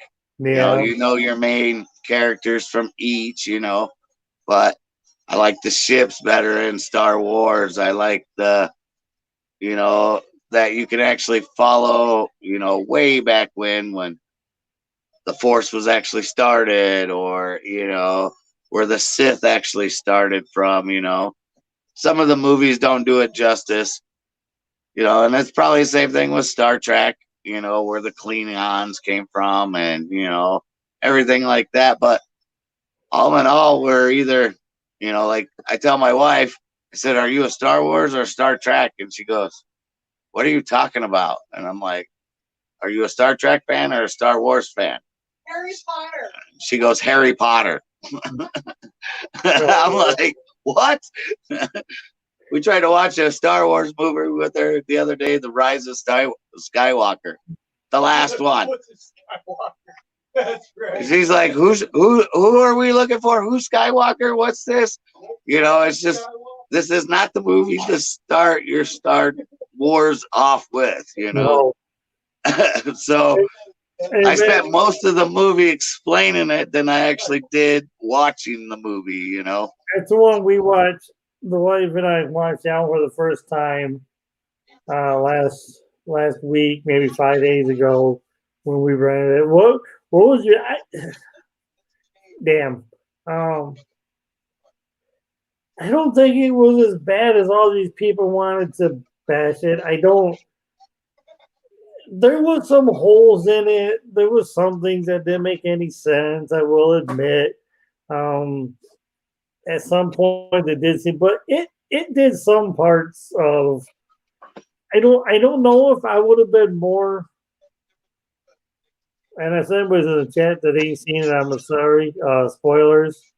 But I don't know if I would have been more happy about having her die, other than Kylo. I get it. Part of what we were watching was from 7 up until 9 right there. You know, I think that whole thing instead of her was almost a redemption whole storyline of, and I really like that Harrison Ford come back. I mean, those were newly filmed scenes. Right. I didn't know they actually got, because when after Harrison Ford did 7, he laid down that he would not come back for any more of those. I mean, in fact, Abrams had to promise him that he would kill the character, no way he could come back. In order for Harrison Ford to even do that. Money. He was what, 5 minutes? Not even 5 minutes. I think it had something to do with he wanted to be able to make closure on the whole thing. Yeah, because, and I like how they did it. That I don't know if I completely understand how they force ghost him though. See, it was, and I don't understand how they force ghost Han Solo if he's not a Force user. All right, a Jedi. I mean, I like the movie. I felt that they did justice to end it. You know what I mean? That was a good ending of a movie, of a long saga of Star Wars movies. You know, you have so much past and history with them, and then, like you said, with the Han Solo thing in there, you know, you had to, from the very beginning, you had him. To the very end, you had him, you know. Right. So when they were able to bring him back, and it's like, because in 7, when he didn't accomplish what he went there to do, I like how it tied it back around. Like, I don't understand how he's Force Ghost because he's not a Force user, but I like that it was him that they used. You're like, okay, well, now the scene where he's like, yes, I'll promise Leia that he would be the one. And in the end, he was still the one that was able to talk to the son and redeem him. He accomplished what he wanted to do instead of doing anything. You know, instead of, you know, they kind of went back to the same line. I know what I need to do. Don't know if I can. Right. That I can help you. And instead of this time, he turned and just kind of threw the red saber and. Right. You're not Kyle Ren. You're Ben to me. You know. Yeah. So. Barbie. Right. Go take it to mom. I mean, that's kind of the same way, you know, that, you know, the hero, I guess, at that time had to realize, you know, what he actually has to do, you know, go back to your roots. And that's kind of what I was talking about with the whole thing with the comic books. You know, I'm going back to what I actually want to collect instead of chasing this or chasing that. You know, if I get this book this week, you know, it's, for some odd reason, it's a $50 comic book, and then You know, am I going to hold on to it? Is it going to stay a $50 comic book, or is it going to go down? You know, am I going after it for the chase? Am I going after it because I like it? You know, and now I'm actually stepping back more and realizing in my collection what I really want and what I want to go after. And it makes me feel better than, you know, just dropping $60 to $100 every week just on comic books that have cool covers or a spec, or, you know, hey, my buddy said this one was good. And then I read it and I'm like, I thought the story sucked, but, you know, hey, I'm glad that you liked it, you know. Right. But now I'm stuck with this $3.99 comic book that, like I said, you'll just stick it in the box and either you'll remember the story or you won't remember the story. You know, you'll have it, and then all of a sudden, 3-4 years later, something comes up. You're like, oh yeah, that's still in my box, and I ain't really touched it in 3 years, except I touched this only to move it from this box to this box. You know, so let me get, you know, and then when I have some of those, that's when I use the whole eBay thing, which I don't like using the eBay thing either, like you said, because you'll see it one, and it'll be last sold $25. You scroll down a little bit, last sold on that same book $10, and you know the prices go all around. And after some of the stuff I used to sell a bunch of stuff only on eBay, and I won't do it. I started getting hit with so many fees. Every time I turned around, there was another fee. There was the seller fee. They would take this out of my PayPal. They would take this out. You know, I would get like a seller's fee, and then my monthly usage, then another fee for a monthly use of using them. I'm like, this is getting ridiculous. I'm like, I'm never selling off from their site again, and I haven't. That's why I said I wish I'd have known you guys before I sold off those other Harley Quinn books. But I'm pretty sure, like I said, I can get my hands on one. I'll have to actually later tonight. I'll contact the person. Well, like I said, with this whole thing going on, you realize more what more people collect. You know, like I knew that you were already a Thunder, you know, a Thor guy, but I didn't know that you like Daredevil. I didn't know that you like some other ones. You know, Nightwing. I know I use the Thunder God because Thor is really up there. I mean, my Pitbull Lab mix. His name is Thor. But Nightwing, like I said, he's probably, because his character for the most part is like Batman. He's grounded in such a reality. But to me, the Dick Grayson Nightwing character is like Batman, but even maybe only better because he's not as traumatized. Well, here's a question I asked Jay Blitz. You take the Avengers, all the Avengers, and you take all the Justice League. Who would win? For me? Who would you vote for? Either the Avengers or the Justice League? Well, I always still say Justice League. Justice League. I just think there's more power. I just think they have, as a group, they have more powerful characters that they can bring to the front. Even their B team or their C team are still good characters in the Justice League. That's kind of where I was thinking. You know, Avengers are all pretty much, you know, these set characters. There's some B team characters in there too, but you know, I think the B team characters of Justice League could just beat out the Avengers pretty easy.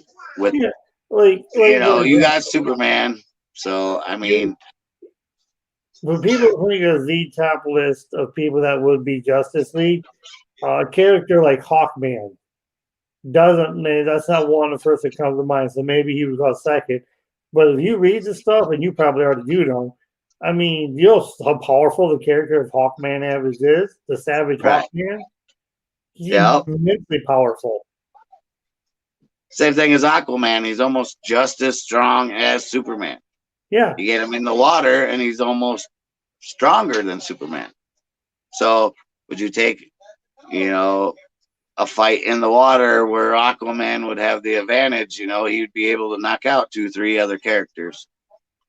Some people, you know, the Flash, all he does is run, run, run, run. All you got to do is trip him, and then that would be it, you know. But first, you got to figure out where he's going to go so you could trip him. Well, I've had this, and of course, Flashpoint Comics has agreed. And I've told people so many times the most powerful character on both DC's and Marvel side is Flash. That would be the Barry Allen side of it or the Wally West one, simply because he can end something before you ever even know it's coming. Right, in that blink of that eye. Consequences, hence Flashpoint, if he goes back. But if he doesn't even want there to be a Batman, if he knows the time and place or whatever that happens in that alley, he can run in there fast enough. He can catch the bullets, and the Waynes are never shot. Well, didn't he do that once where alternative reality where Bruce got shot and his parents lived on, you know, from running so fast? We're at the Flashpoint. Right. But we're talking about one where none of the Waynes get shot. Because Barry catches all of them and all of a sudden knocks out the shooter. Now, once again, you're talking about a whole nother timeline, so there's always repercussions. But if here's my thing: how long has Alfred been prior to the Wayne family? Right, years and years. Little Wayne was a little kid. Da da da da. Why didn't Alfred pick him up in front of the movie theater? Why do they have to walk down an alley? That was one of my things I always thought when I was younger. Well, you got a butler. Why didn't he pick you up in front of the theater? Read the book Pennyworth. Pennyworth? That's been a question that has been out there, as you said, for decades and decades. I want to say it was a one shot that after Alfred has been killed, that Alfred has always lived his life feeling responsible for their deaths. He actually was on some sort of, I think it was a vacation thing. I hope I'm not screwing this up. But he knew the Waynes were going out on that weekend. And he kept offering to pick them up. No, I want to pick you up out front. I want to pick you up out front. Right. And Thomas Wayne was, no, you take your time. You take your time. You deserve it. You know, we're going to be good. Well, we're fine. And that one time that Pennyworth is not there to pick him up, and then they try to walk home, that's when that happens. So there's a part, and I think it's a one-shot book. It's called Pennyworth. It's a book that they dedicated to him after he's been killed in the comics now. Right. That actually explains, finally explains why he wasn't out there to pick them up. Well, he's always been there to pick them up. And the one time that he's not, they get gunned down in Crime Alley. Right. But he wanted to be. It was Thomas Wayne that told him not to do it. I'll have to find that book for sure. But that's one that when I was a little kid, I was always like, you know, you have this butler that's been there since the day that you've been born, you know, that's supposed to be your bodyguard, supposed to be this, supposed to be that. Give me 1 second. I'm gonna check this.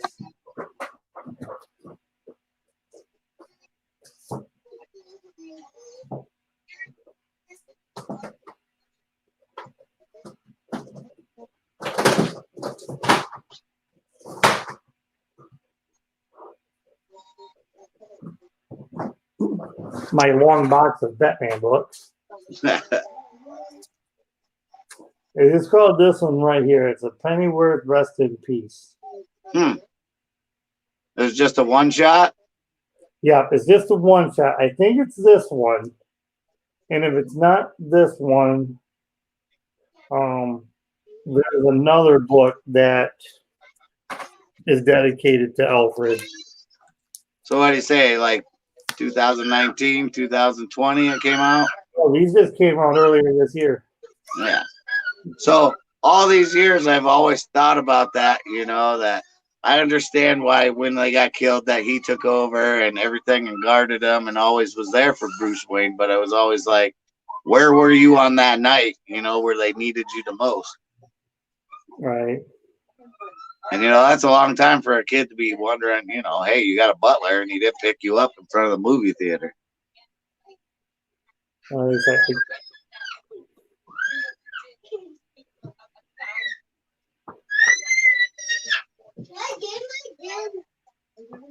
I think it is this one.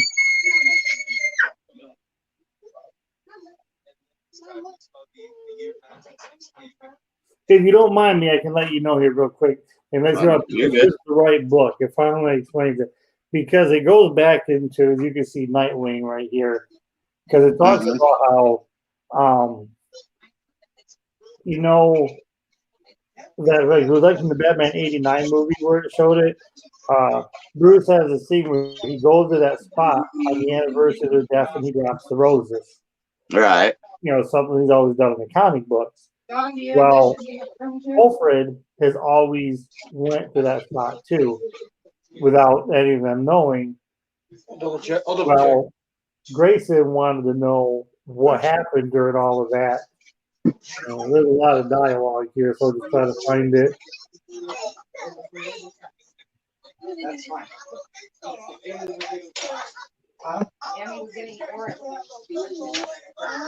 See, because Grayson kind of asked him something, and that's when he says, "Oh, Richard always the most intuitive of all the Robins." He says Thomas had already given me the next 5 days off and demanded I take full advantage of my downtime with a first-class trip to Jamaica. As I packed my bags, the television prattled on until a special report turned my life upside down. And that was the report that it kind of shows on a little TV screen right here of where the So was he still in the Wayne Manor or was he in Jamaica? He was still packing. He was getting ready to go to Jamaica. It says on here that he rushed down to the precinct and picked up Bruce. Yeah. So I mean that's one of them things right there for me. You know, if he was still at the Wayne Manor, why couldn't he pick him up? You know, and then finish packing before he left for Jamaica. You know, my bags is what he says. So I rushed down to the precinct to comfort Master Bruce, all the while in my head picturing myself telling Thomas Wayne, or he just says Thomas over and over that I had plenty of time to get to the airport and pick them up from the theater. But then he said not to worry. Right. Well, usually in my experience, when somebody says not to worry, that's usually I start worrying right away. Because I've always wanted that too. And when I read that book called Pennyworth, Rest in Peace, that's because I'm like, he takes him everywhere. He always took Bruce everywhere. What was the one thing that was going on? Why they didn't have a ride right outside the front door? And it was because he kept telling Thomas Wayne, I got plenty of time. I got plenty of time. And Thomas was like, no, don't worry about it. We got it. And then while he's packing to go, that's when he hears the news reports and he hurries up and drives to go get Bruce. I mean, even in that new Joker movie, you know, had Pennyworth in there and young Bruce and Thomas Wayne in there, you know. I love that movie. I did too. I actually really liked it too. But, you know, on the other hand, it's I don't know how to express it. Would be like a real life Joker, you know what I mean? Like somebody that actually have a problem with laughing or, you know, get stressed and they laugh, mental problems. You know, I could see that. I could relate to that kind of Joker in a real life situation, you know, better than dropped in some acid and you come out bleaching crazy, you know. All right. Because technically they dropped in the acid, bleach you, it's going to kill you more than it's going to do anything else. It's like your pain. It's close to the realism that they try to do with the Heath Ledger one. You know, he had got you could tell the scars are just they're cut scars more than anything, and you know, and that's face paint on him. So yeah, those are the type of Jokers I like too. somebody that's absolutely demented. And that's my Joker in my mind every time I read it. You know, he just doesn't give a shit about anything. He has his plan and he's gonna stick to it. And if it's not a plan, then screw it. I'll just wing it. When we were first watching the Joker, the wife and I together, and he's on the little Johnny Carson style talk show with Robert De Niro. I heard her visit, audibly kind of take a deep breath and flinch back as soon as he pulled that weapon and just took out De Niro. I was like, yeah, I knew it. I was like, something was going to something bad. Well, yeah, throughout the whole movie, he had the gun to his nose, to his chin, and to his head, And then when that part came, I was like, whoa, all right. Yeah, that's the Joker impulsive about him is, I don't think it's funny. This is funny. Boom. That stayed.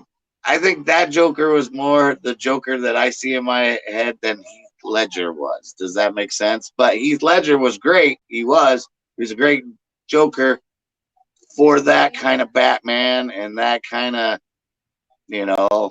scenario of good guy, bad guy. This is just a story about a person that has a mental illness that, you can relate to somebody like that. You could have a neighbor 2-3 doors down from you that might have a stutter problem. You could see that as something as, just to relate to that Joker as a real life Joker than your typical, well, my dad cut me with razors, or he tried to put a smile on my face. That's the cartoonish part about it, I guess, is how I looked at it, that Batman and Robin. Heath Ledger was great. I will not take nothing away from that. Probably one of the best Jokers besides this Joker right here. I think that one is more realistic Joker than, like I said, somebody just kick you in a vat of acid and you survive, and you come out and you're white and you got green hair, I come out of vat of acid, I ain't gonna have any hair left. Right. And with the Ledgers, when you wanted it, he kept some like different so you never really know exactly how he got the scars. And that's part of the Joker thing, even reading the Joker comic books, he's like, this is a story that I kind of remember, you know what I mean? Some of them books like that, or maybe it happened like this. I don't even remember anymore. And that's kind of how the comic books go with it, is that flips this story to that story. How many Joker backgrounds are there? Like 7 or 8 now, I think. Yeah, that's why the Ledger and the Phoenix Joker, the Joaquin Phoenix Jokers are my 2 favorites because both of them are so warped. You don't know which reality for the most part they're seeing. That's what I mean. The Ledger, he probably has a little more sense to him, but he's still living in his own warped little world. Right. Let's just burn piles of money. There's a line that's in there. It's like, what makes somebody do this? And Alfred's like, some people don't have a reason. They just want to see the world burn. And you get to the point where eventually with Joaquin Phoenix, with all that stuff going on at the end, he's just enjoying watching the world burn. Right. I mean, I feel the same way. I've met some people out there that are not too nice of people, but they've always done me right. I've always done them right. But would I want to be trusted in an alley with them for survival? No, I wouldn't, because they would take whatever they needed off of me at that moment or whatever to survive themselves, and that's kind of what that movie was about to me. It's like, are you going to finally just snap and then the world's just going to be in chaos? Nobody says hi to each other anymore. That's kind of where I looked at it more as a realization than the other Heath Ledger. You knew that you're watching a Batman and Joker movie compared to the Phoenix one, where that could be your neighbor down the street. You know, you might have a Oh, yeah. laughing problem. Because all the way up until he goes into the neighbor lady's apartment, Right. they kept showing these scenes where she's at his side. I'm like, oh, that's, well, hey, he must be making a friend. And they kind of show that, but all that shit was happening in his twisted reality. But Right. they had me fooled, because then all of a sudden she's scared shitless of him, and I'm thinking to myself, wait a minute, why are you scared? I literally said this to the wife, and Sherry, I literally said it to her. I'm like, well, why is she? I'm like, wait a damn minute. I'm like, why? So wait a minute. I'm like, this. Then they started like showing what was really going on. I'm like, oh. I'm like, they had me. They were Well, so. I was the same way. The wife, you know, and we had a couple of discussions. Is she dead? Is the child dead? You know, you never really found out that part. You know, did he actually break in? You know, like you said, there was many scenes where they were together, and then they actually show you what happened. You know, did he kill him? You know, or did I he don't never think go that- into there? because she starts asking him to get out, and then he thinks he. It was the same thing with. He didn't do anything to the little fella because of Right, people who laughed at him or ridiculed him. right, And the one guy that he did brutally kill in that room in front of the little fella was the same person that pretty much started off, because he gave him that gun to start with that slipped out of his pocket, which ended up having him get, it just started the spiral. And then when he tried to get that guy to admit to it, he went right. the cop to being the one that actually giving him that gun. But he never hurt that little guy, because the little guy's jumping in the air trying to unlock the door, and all of a sudden Joaquin Phoenix like unlocks it for him and lets him just leave. Right. So, But that's kind of that scenario. I'd rather have friends than I would enemies. But the enemies I have, I'd rather have them as friends. It just doesn't mean that I won't trust them. You know, I've always been that guy. You know, that I like people. I like to be social. You know, sometimes I like to shut down and be away from people. But it's kind of hard with kids. You know, they bust in while you're taking a leak or in the shower or whatever. You know. Don't really have that kind of privacy thing. So I actually love my family and love that they're all here. But there is sometimes where I just want to go lock myself in the car and get away from everybody. yeah. Well, we're almost on 2.5. I All right. really so much appreciate you coming on, Captain. This has been great. Anytime. Well, it was my pleasure. I figured you needed a Steve on here, so I figured I'd jump in and help you out. Yeah, like I'll have to get with him. I don't know. I believe he wants to still keep doing it. Like I said, if not, it could be something where it's me, and each week I might, I try to just reach out to A bunch of dirty old men and have them on each week. Yeah. Well, it don't even have to be. Last week I had Mark on, and he's even younger. Just people talking comics. But yeah, I mean, definitely having you on has been great. I've seen the older books, that stuff that you have. I've seen stuff that I never got to see before, and I'm glad I was able to kind of show you that question that they never answered for like 80 years. It's the book. It's just a one shot. It's a really good story too. I'll have to look for that one. It's actually written by Tinian, the guy who's writing the current Batman stuff. If you're enjoying it, him and Peter Tomasi, who's writing the Detective Comics stuff, they kind of came together on this right here, because it's the whole Bat family. They're into like one little area, and they're kind of reflecting. Each one tells a story that they remember of Alfred, of how Alfred affected their lives. You got Damien, tells his little story. You got Barbara Gordon that tells hers, and it goes on and on. Red Hood, Tim Drake has one. So they all kind of reflect, and then it kind of comes down to Grayson and Bruce, doing their thing, which that was actually my favorite part of the whole thing. Where them two chatted. The interaction that they put between because Grayson's been there the longest. So he's probably my favorite character. Right. You know, he's been there the longest. So yeah, it's a great read. And I'm like, that's why he was never there. I've been wondering that for decades. Well, you solved that $1 million question for me, at least. You know, Man, I'll have to find that comic book and read it. Sounds very interesting. It's great stories. It's like I said, it's each person telling a couple of pages of how Alfred affected, you know, their life in the positive way and stuff like that. Right. So yeah, it was really good. Anybody that's a Batman fan or grew up an Alfred fan like me, you know, to me, Alfred's been just as important as any member of the Bat family that there's ever been. Oh yeah. You know, he's been there. He's been there for all of them. You know, so.